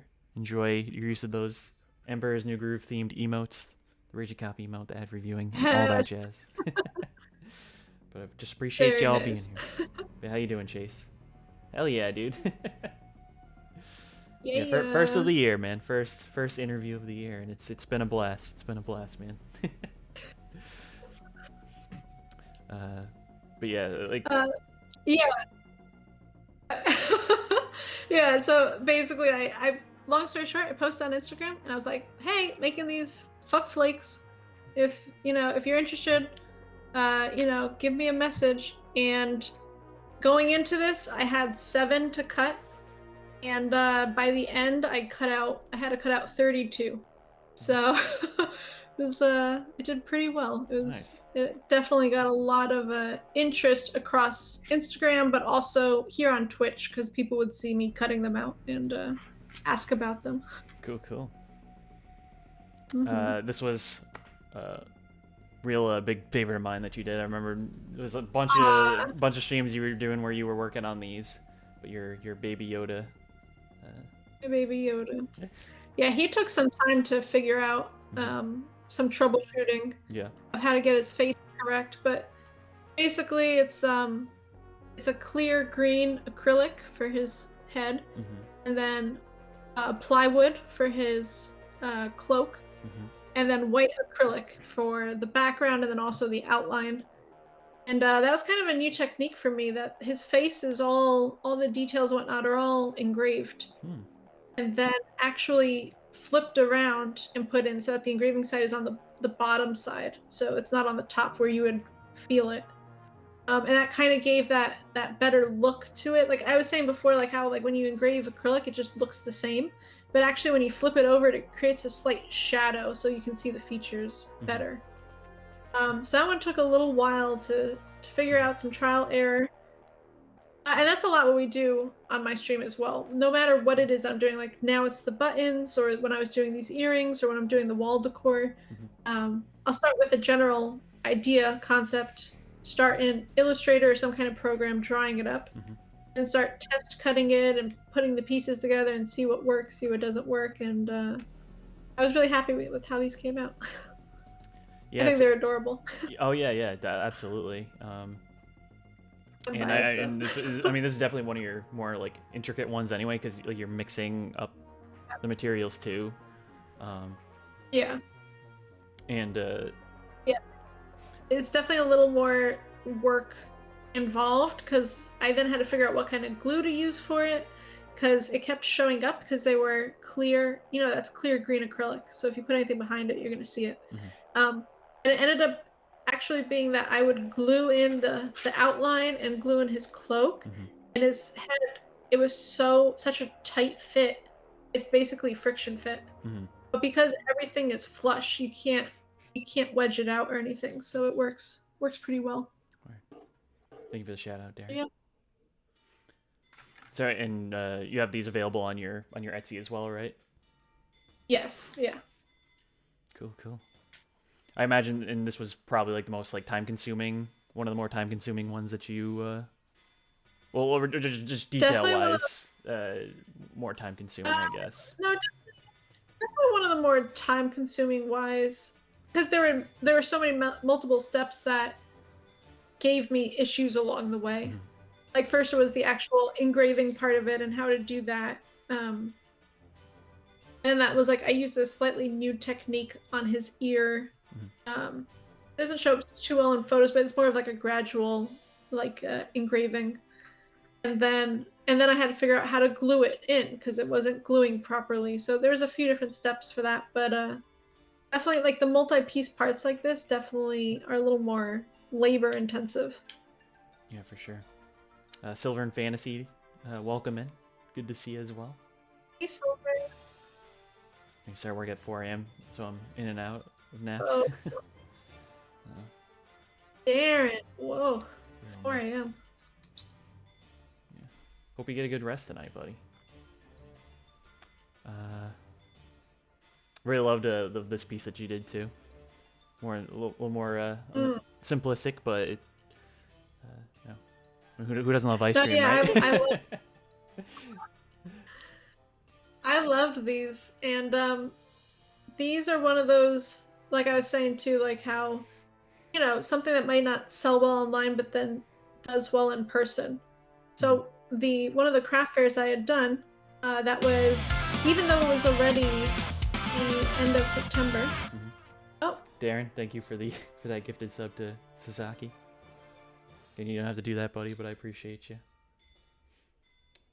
I pipe. Saki, enjoy your use of those Emperor's New Groove themed emotes and all that jazz that comes with it. Darren, what are you doing, man? Darren's popping off. Darren, thank you for the gifted sub to Calamity Cat. Calamity, enjoy your use of those Emperor's New Groove themed emotes as well. And but just appreciate y'all being here. Chase, what? Oh boy. Chase, thank you for that gift sub to Joe Fabulous. And Joe, enjoy the use of those Emperor's New Groove themed emotes as well. You guys are just popping off right now. And yeah, like I always say, you don't have to do that, but it means a lot. And yeah, if you're not following Below Average Gamer or Danger Darren, please show my friends, show my buds some love over on their channels. They're all great dudes, all great buds. And I give Darren a shout out myself because I know he's not going to do it, so. I appreciate you guys. I got you, Chase. Now I feel bad. For calling Darren a homewrecker earlier. Silver, and thank you for the follow. I really appreciate it. Appreciate all of you being here. I realized I didn't, so I have like, So I have different sound I have different alerts in Streamlabs, and I enable and disable ones for these interviews because I don't want them to be too loud for when you're talking and stuff. So like, and plus like it doesn't like interrupt as much. I realized I forgot to turn down the gifted sub one, so like that's just like blaring in my ear so loud. Hopefully it's not blaring to everyone else, but. Yeah. But I appreciate it, guys. I appreciate it. Follow below average gamer or all melee spiders. Good guy, Darren. But anyway, so back to your earrings. That's right. Didn't mean to interrupt your train of thought there. No, it's all good. No, if I see it come, I stop too because we gotta hype it up. Mm-hmm. That is Darren. The shoe did fit, but and Calamity was saying that they're so cute. She wants to eat them. You guys know me. Like I talk about food all the time in my chat. I'm always hungry for something. And so like making these was like a struggle because it's just I'm staring at pictures of food all day and I'm like drawing it out and whatnot. But yeah, I really like how these came out. They're pretty big. They're large and in charge. They're fairly bright. But yeah, this is one of those I was saying that, online didn't really do much. Not really a big connection with people online. But then I did the one craft show that was right in. It was either like the last few days of September or the first few days of October. And I decided it was a craft show. And I decided, I'm going to put them out there because I've never, had them at a craft show because obviously nothing else happened earlier last year. And it didn't do bad there at all. And I was like, oh, okay, like this is one of those things that like in person, it read differently, I guess, than online, or just that, sometimes you just have to get it in front of the right eyes for the people who might be interested in it. But yeah, I really like that pair too. And this was a little easier to figure out because it doesn't have that whole outline. There was no transparency. You didn't have to worry about like the glue or what you would see through the pieces. I guess as a question anyway, what's a good like media like you mentioned you prefer like selling in person, you like people get that impression. What's your like most difficult thing, I guess, trying to figure out like the happy medium of like advertising your work like through your like Etsy and stuff, and like just trying to capture like the folks that you might like only get from like the fairs and stuff like in the meantime. Yeah, so it's definitely like a push and pull, like trying to figure out what works and how well. And in terms of like the craft fair, I do love the craft fairs. Now, if I could have that same kind of, quote unquote turnout or sales that I get in person and they were all purely online, I would also really enjoy that because I tend to be a slightly awkward person and I feel very awkward all the time. And that's one of the reasons I started streaming, is to try to get myself a little out of my shell. I'm just a little socially awkward. And me too, don't worry. So I don't necessarily love, and I definitely don't really love selling to people. Like I don't want to try to like in fact, the best craft shows I ever do sales-wise is when my sister comes with me. Because my sister's like a natural born like, oh, these are so lightweight. Here, you have to feel them. Hold them up to a mirror. Oh, look at this. And it's very genuine, but like I can't. I'm like cringing inside. And everyone's always, reacts perfectly fine. It's not like she's imposing, but it's just something that I can't. I'm not that kind of person. I can kind of like step out like that. But so if it was fully online, I would love that. And actually, I was just talking recently with Laser Geek last week on the show about adding in. So both ways, like I've gotten sales on Etsy because of Twitch, right? People will see me on Twitch and see what I do, and then go see my Etsy shop and be like, "Oh, that's so cute! I want that." And so, vice versa, I'm looking at kind of growing across the platforms. Like Instagram really helped at the end of last year. Like those ornaments were like a huge hit across Instagram. And like people like kind of like then found me through friends who then got the ornament, like that kind of thing, like networking basically in a way. But kind of now reversing it and bringing people back to Twitch in that when I get a sale, basically if I get a sale from on Twitch, they obviously know that I'm on Twitch, they see me, and then they clicked my shop link. But if they found my Etsy first, they might not necessarily know I stream. So then kind of like connecting it back, and so that way they'll also be there for like when I'm working on new projects and there's new things, like new things will be in the shop. And they'll kind of know first because obviously everyone who watches the stream knows way before it ever makes it to the shop what's coming down the pipeline.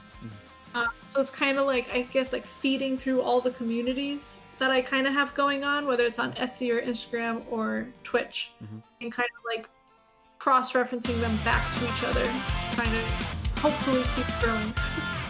Darren, thank you again for that gifted sub to Inuyasha. You didn't have to do that, buddy. Oops. I appreciate you though, man. Just going off tonight. Sorry, Sam. It's alright. Alright, dude. Yeah, I appreciate you, man. Like I said, go follow Danger Darren. Definitely should have followed my home record now. Chase, thank you for another gifted sub. This time to Toiled Cabbage. Yeah, to Inuyasha and to Toiled Cabbage. Enjoy the use of those. Enjoy the use of those Emperor's New Groove themed emotes as well. Toiled Cabbage.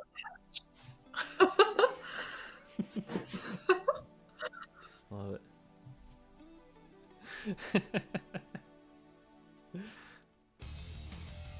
But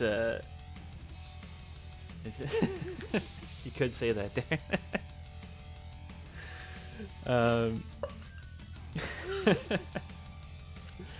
But yeah, so I guess going shifting back a bit to because you mentioned that you started Twitch as a way to like get over social awkwardness, I guess. But yeah, but you also mentioned you were like on the platform and because you for checking out like some folks on there. Like what will ultimately like full on like pulled you in to like decide like, hey, I want to try doing stuff on here. So I think that was kind of around the time when it was, well, you know, the first time I ever did a stream. Like I mentioned, it was like it was in January, like 2 years ago. So, you know, New Year's resolutions, things like that. And I never take those things that seriously, like, nor do I ever really make them or plan for those or anything. But something I had been thinking myself is just to, like, get myself out there a little bit. I had just done my first ever craft fair in December, and it went so much better than I could have ever expected. And I was like, you know, maybe, like, I should be a little more, like, just more, oh, Darren's going nuts tonight. Man, what are you doing, man? With you and Chase. Y'all just going back and forth because they want the #1 spot, I guess. They want the badge. Darren, thank you for gifting that sub to Jen the Human. Appreciate it, man. Jen, enjoy your continued use of those Emperor's New Groove themed emotes as well. But just appreciate y'all being here. Thank you again, Darren. You and Chase. Y'all being way too generous tonight. But anyway, continue with your...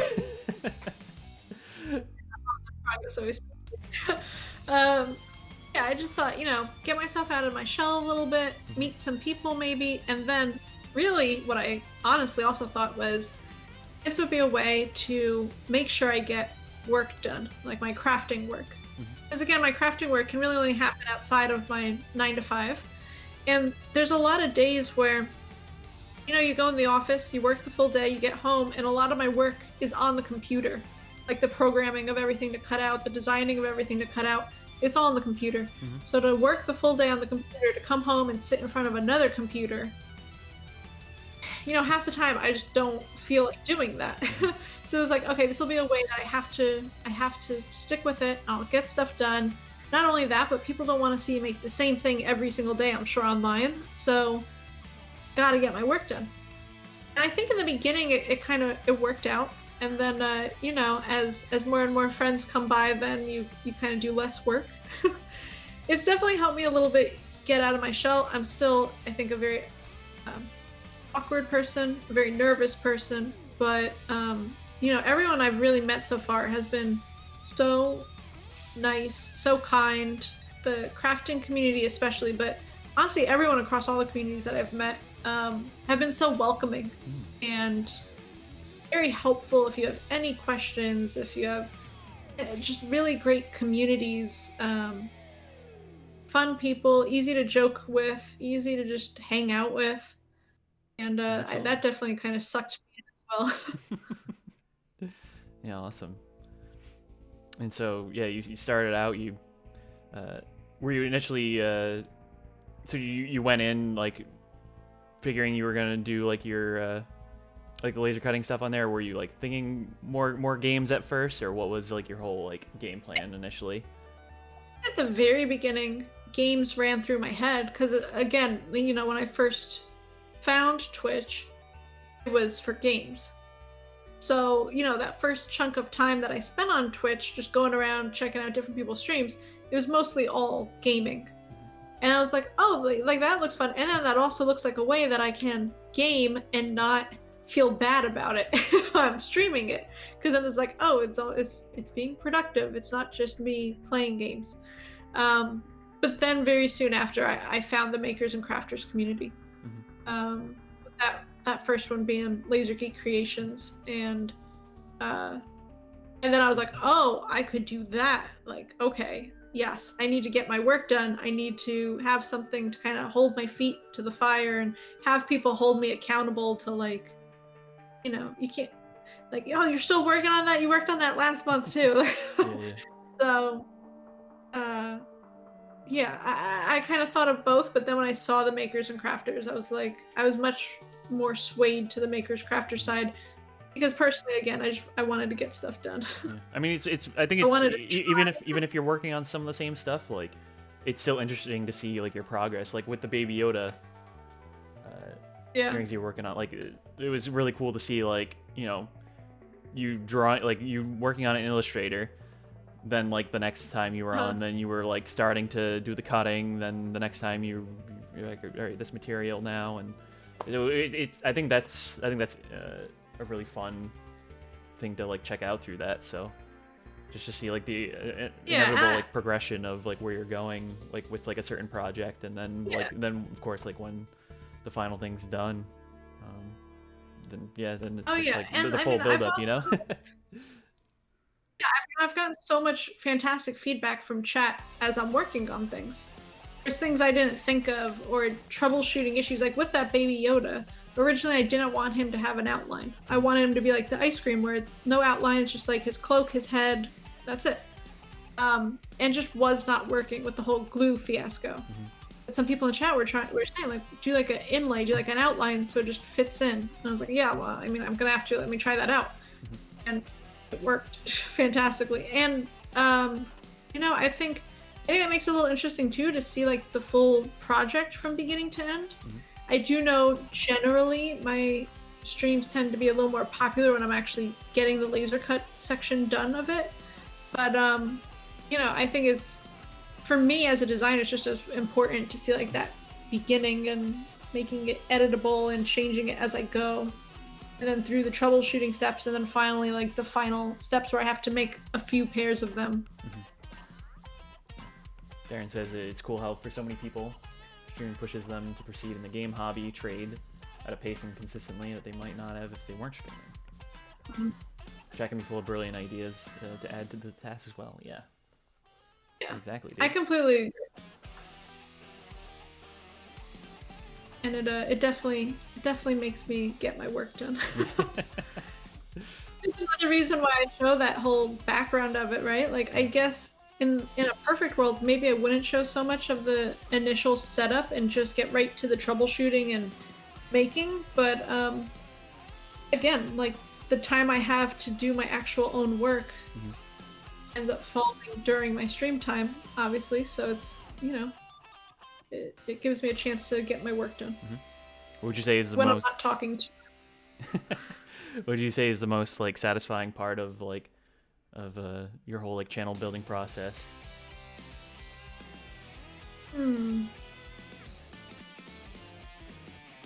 Well, in terms of like channel building, I guess just now I have so many friends.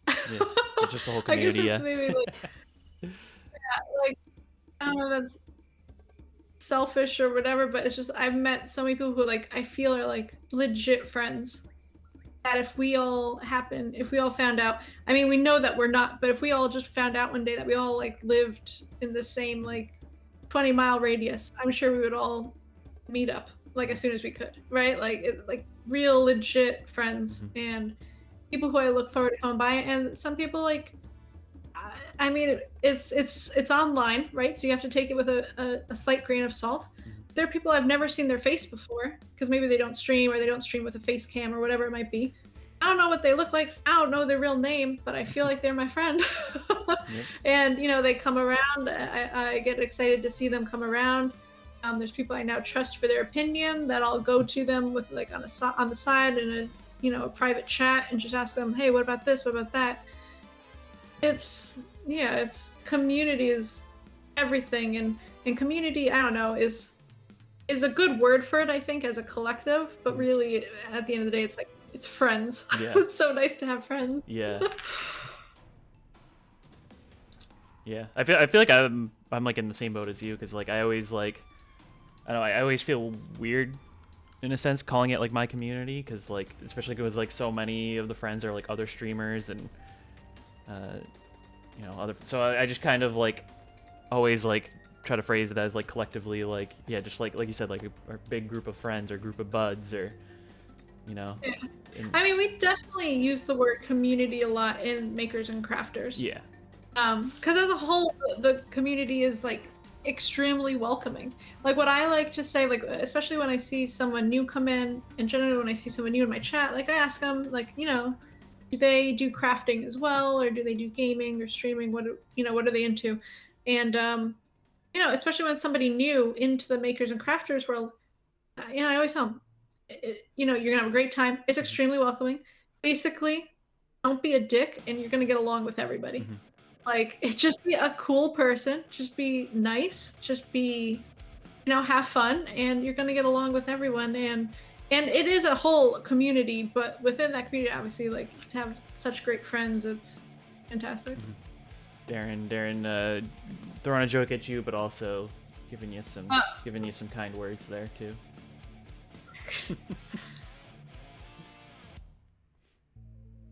And he still wears and cherishes the earrings. Oh, that's awesome. Oh, thank you. I mean, even if Darren called me a homewrecker, I know it's. It came with a good heart. I know deep down. he didn't mean it. Yeah. He really didn't mean it, but it's still good.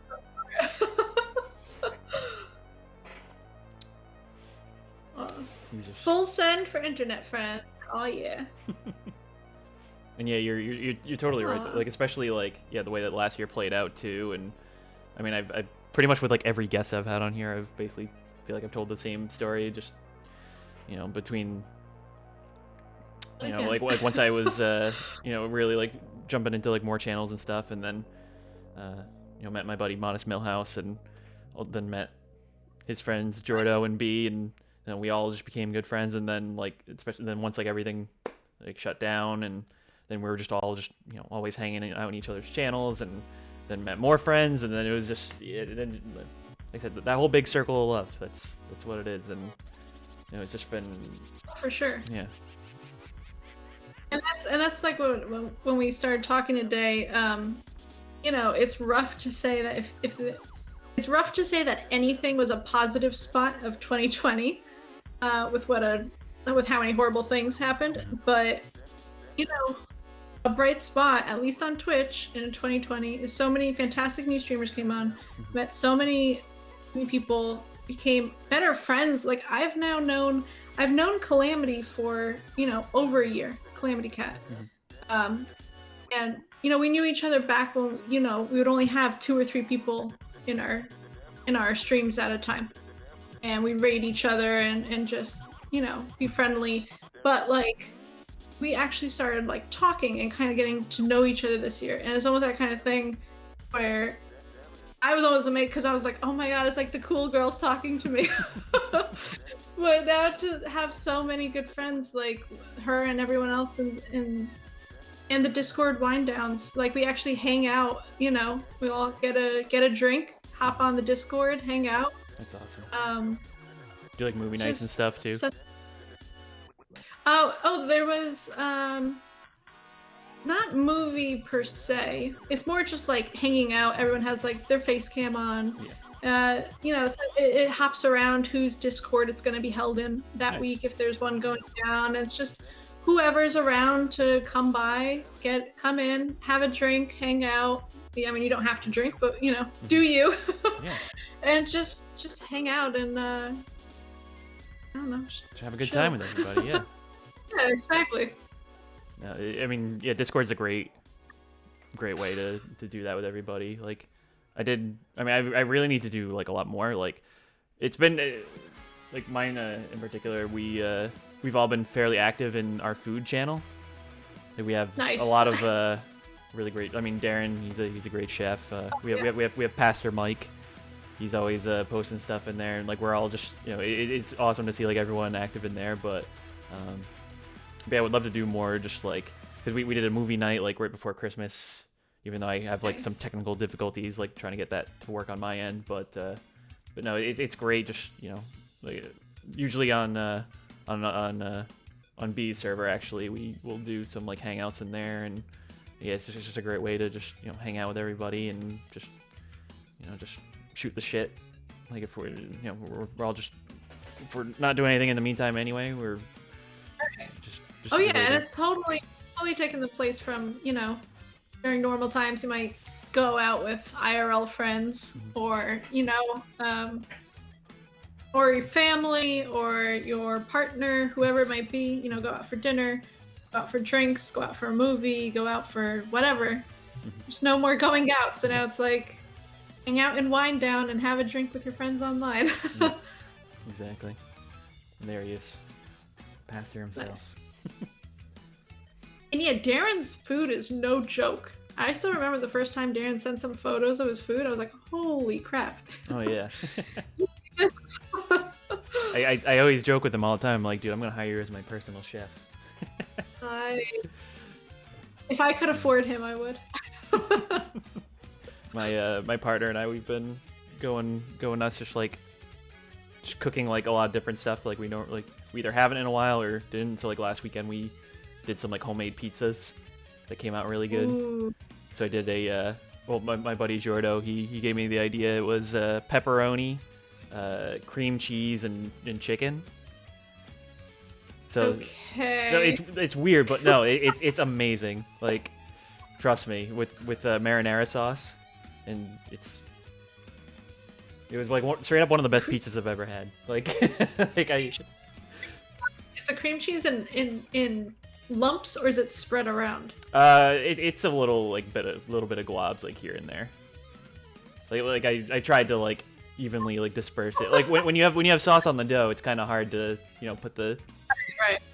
I'm trying to keep an open mind. We just found out in the makers and crafters community that Momo Creative Ventures, who came in earlier with the raid, she enjoys pickles on pizza, and that took some getting used to.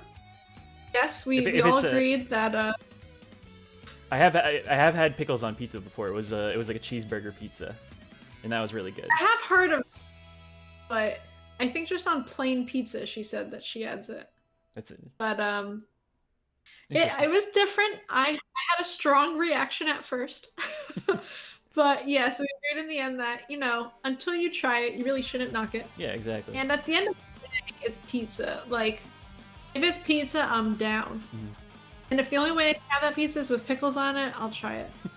I probably wouldn't have been the first to put it on, but you know what? I'll try it. And yeah, definitely give Pastor Mike a follow. He's going to be starting some cooking stuff over on his channel too. Oh, nice. Yeah, he just got his own pizza oven. He's been playing around with the last couple of days. Oh yeah, California pizza. I went off on a bit of a rant yesterday with that. I do a lot of rants. Like, I'll just get sidetracked and the rant isn't always necessarily like me being mad about something. It's just, it gets me on a topic and I just go off. And yeah, I had a whole, but you know what? I'm from the East Coast. I'm from New Jersey. Jersey and New York is known for their style of pizza. Yep. And California pizza just isn't real pizza. I'll just put it out there. Sorry guys. Sorry. It's like, it's so flat. It can't rise. It's not, it's just, it's flatbread and it's fine. It's flatbread, but got off on a real tangent. But yesterday's stream, that was a whole mess. So that was a whole other problem going on. I do agree with you. New York style is the best style, but I mean Chicago's still good too. Chicago, I'm not a fan, but Detroit, I am. Have you had Detroit style pizza? No, I haven't. Detroit's actually quite good. My husband makes it. At least the recipe says it's Detroit style, so I have not actually been to Detroit. I have been to Chicago. I've tried it there, but Chicago style. But I don't care for that. But Detroit style pizza is basically a much thicker dough, like for the crust. It's much thicker. And then you have your toppings, but if you put it on, like, you know, whatever you might, pepperoni or mushrooms or whatever you're doing, cheese, and then the sauce is on top. It's not fully coated. That's Chicago style, isn't it? Don't they do it like that too? No, Chicago is more like deep dish. Like it's a thinner crust along the. Right. I'm just thinking because I'm pretty sure that they do it with the sauce on top too, though. I think that's like my mindset with that. Oh, they might do that. But then it's more like almost a lasagna going through it. Like there's like layers of crap going on in a Chicago. But yeah, Detroit's like that same way where just toppings first, then the sauce. Yeah, and like a thicker crust. It's quite good, I think. But also, I just need to correct one thing, Pastor. It is not called Taylor ham. It is called pork roll, as we all know. That'll also get me on a rant. Lurking my day away, but you're one. Yeah, Jen. Enjoy your use of those Emperor's New Groove themed emotes. I always appreciate a lurk. Yeah, thanks to everyone for hanging out today. This has been another fun chat. Absolutely, and I was so excited to see the whole series come back because I really enjoyed it last year. It's very, very chill to kind of like learn about somebody, and I saw a few of them that they were. One was a musician.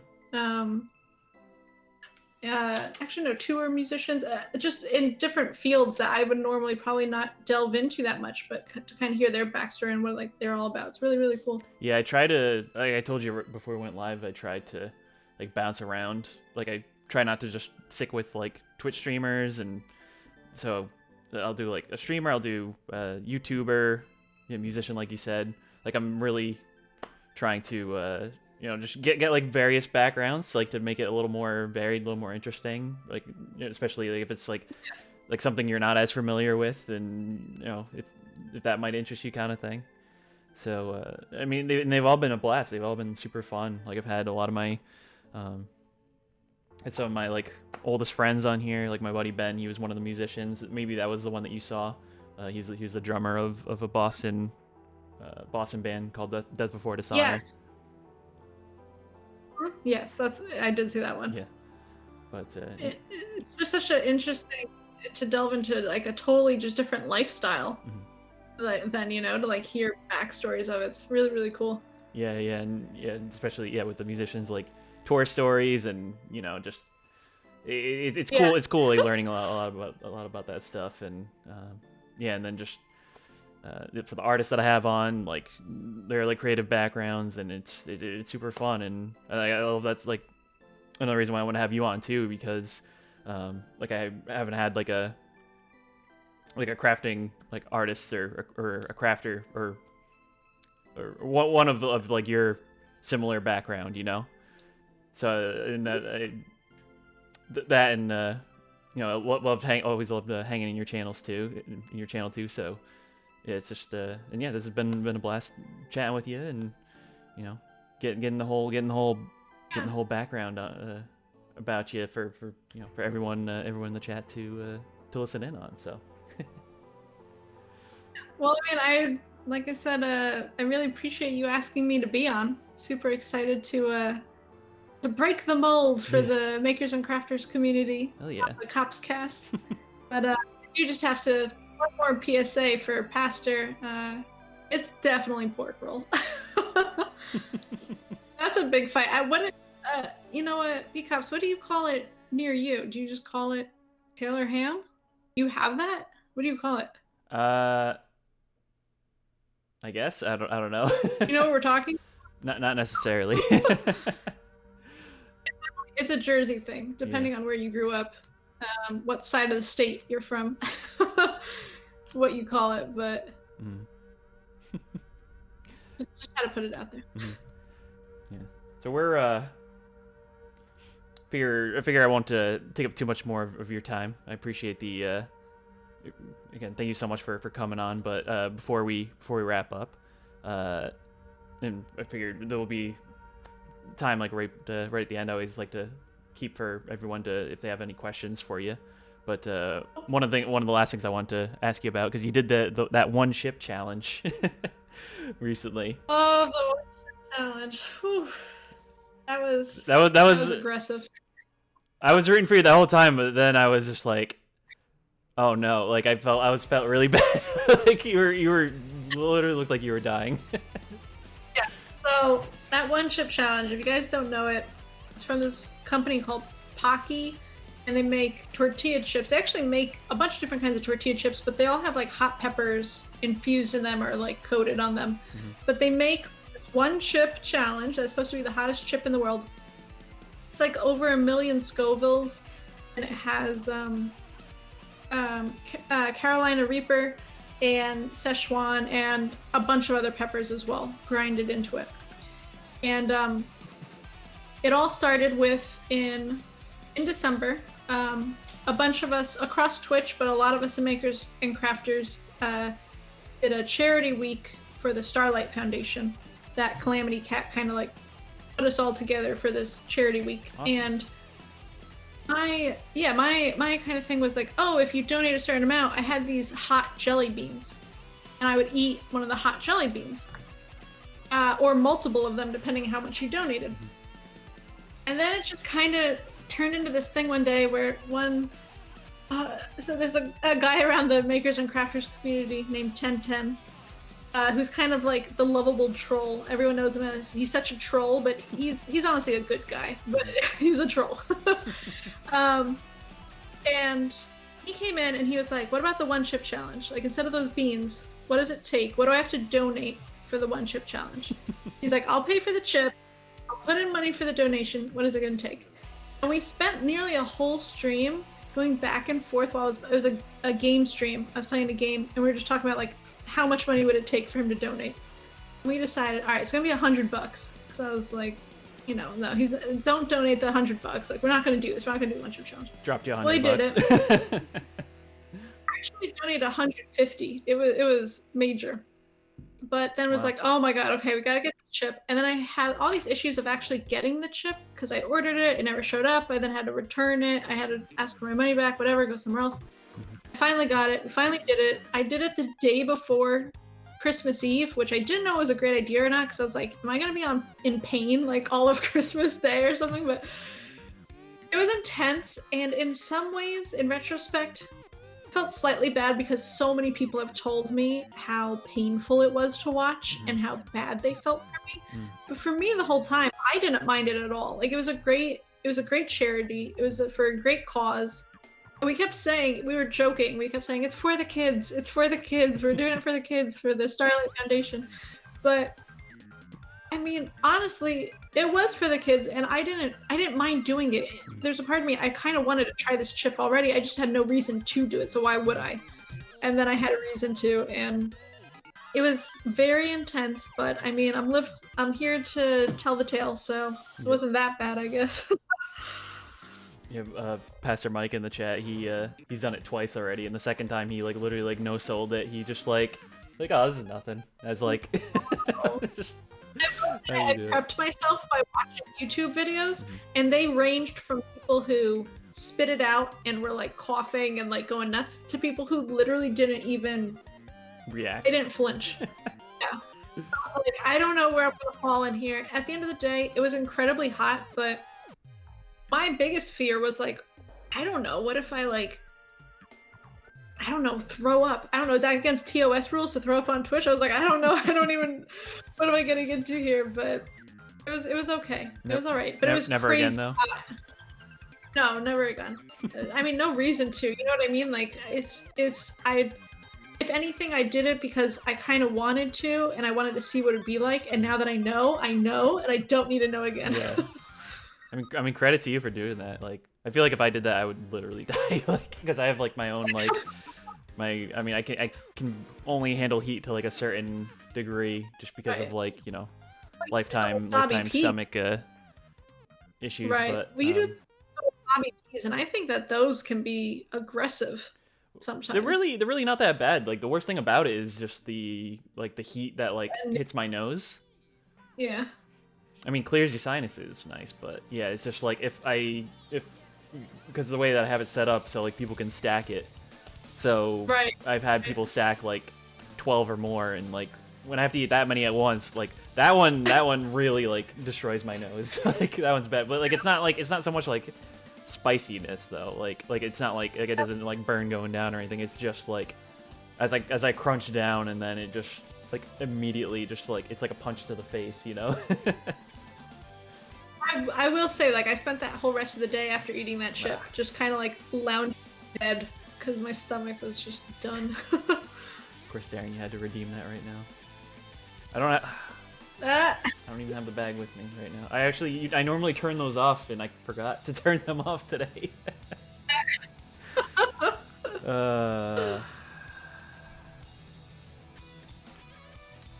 don't know. Dude, should I get the peas quick? Go run, get your peas. All right. Entertain for a minute while I go grab the wasabi peas. Okay. Oh, guys, why did he trust me with this? Oh no, what a mistake. He can't even hear me. Oh, he's gone. All right, what do we do? Rampage. Everyone with the emotes. All the emotes you got. All the emotes. Spam it. He won't even know what's going on. Spam all your emotes. Come on. All the good ones. Yes, Riot. Let's see those emotes. Let's see him. Oh. Calm down. He's back. Shh. Oh, hey.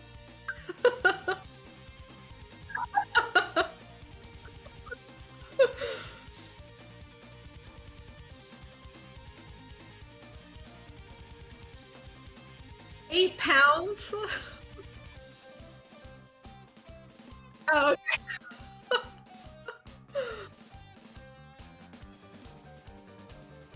Absorb it in wasabi, please.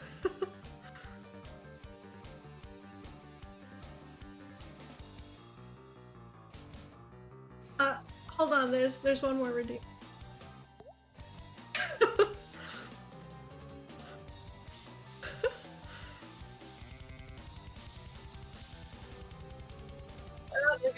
Oh.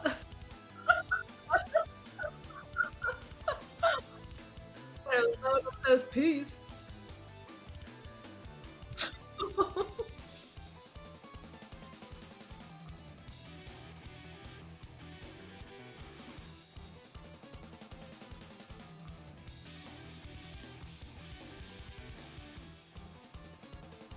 Wait, you gotta show them to the camera. We gotta see.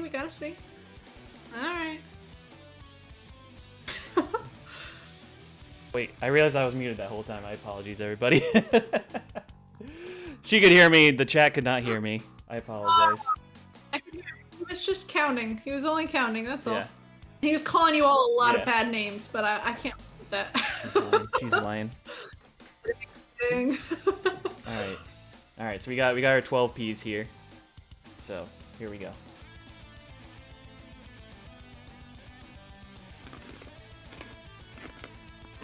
They all make it down the hatch. Oh, I'm just imagining that too. Oh. There it is. This is some ASMR stream right here, though. You got some good crunches going on. Alright,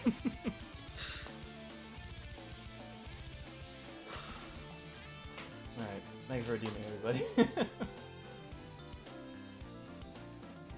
Yeah, Robin, we just had an emote riot followed by a 12 wasabi pea redeem. No, that wasn't as bad as I thought it would be. I think I've built a tolerance. I've eaten so many that I've ascended, I guess. That's not bad, though. So here you go, Robbie. Oh, one, there you go. There you go. But yeah, that's about it for questions on my end. Yeah, thank you again so much for jumping in on this today, Sarah. It's been fun chatting with you. To anyone in the chat, if you have any last questions before we wrap up today, and then yeah, if y'all stick around, then we'll throw a raid at somebody. Got a real good crowd today. And yeah, thanks again, Darren and Chase for all those gifted subs. Y'all didn't have to do that. Silver for the follow. Creative Ventures for that big old raid. I really appreciate that as well. Calamity Cat, Sasaki, Worked Lettuce, and hopefully I didn't miss anybody. Yeah, thanks for all the follows, everybody. April's, Kasira. Yeah, thanks again for hanging, everybody. Yeah. And Below Average wants to know when's your next stream. Was that a question to me or to you? I think that's a question to you. Oh, well, why don't we both say? Well, I'm on Sunday, gonna be playing some more DK64, trying to power through the rest of that game. Nice. What time do you start on Sunday? 1 p.m. Eastern time. Oh, nice. All right, guys, then you can come see me in the morning and then go straight to Darren. No, oh my God, not Darren. To B-Kopps. Sorry. Sorry. Darren, thank you for another gifted sub to Berezovsky. Appreciate it. See, I saw Darren's name and then I said it. Damn it. So I'll be streaming on Sunday morning. I usually on Sunday go from about 10 a.m. to 2 p.m. Eastern. Mm-hmm. And I'll be doing making and crafting and laser cutting a whole bunch of stuff that day. That's nice. Cool. Go straight to Darren. Slip of the tongue. Deserve a suave beard stroke for a moment after all that spice. Yeah, thanks for hanging, Sasaki. Thanks everybody. Yeah. Hey, Calamity, of course. So excited to see the makers and crafters peeps come through. Yeah. Thank you guys. Everyone from your channel's community and whatnot. Yeah, it's been fun. Yeah, no other questions, then I guess that's about it for me. So yeah, thanks again everybody for tuning in, for jumping in the chat, for keeping us company, and of course, like I said, thank you once again, Sarah, for coming on this call and for chatting with me and giving us all the deets of your channel and all that stuff. Of course, you can find you everywhere. That's 29Fireflies, right? Exactly, and yeah, thank you so much for asking me to be on. I really enjoyed it. Absolutely. Yeah, and alright, so let's see who's on that we can raid at now. Yeah. Who's on? Who haven't I raided in a while? Question. Or raided at all? Let's see.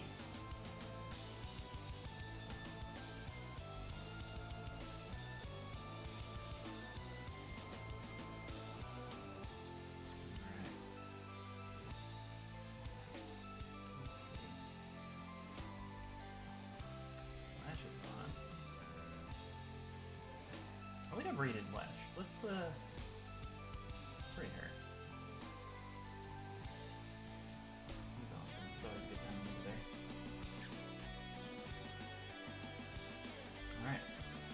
If you are a sub, you got this raid message if you wanna throw that. Also Bear, good to see you as well. Enjoy those continued use of those subs. Appreciate the compliment. Darren. Thank you for that gifted sub to 29. I appreciate it. Yeah, we got a couple raid messages there if you want to use those on Lash's channel. For I don't know whatever reason Twitch is like broken. It keeps saying 0 viewers are gonna raid, so I don't know. Something's fugazi with them, but yeah. So like I said, I'll be on Sunday 1 p.m. Eastern time. Play some more DK64. Of course, we got Jordo on this weekend. You can check him out over there. Of course, 29. If I can get these off before. You'll have a little bit left. Yeah. Almost. Let's go blow up this right. Yeah, let's go say hi to High Lash. Go see what she's got going on, and yeah. Till next time. Hope you all have a good rest of your weekend, and we'll catch you later. So have a good night, everybody. See you later.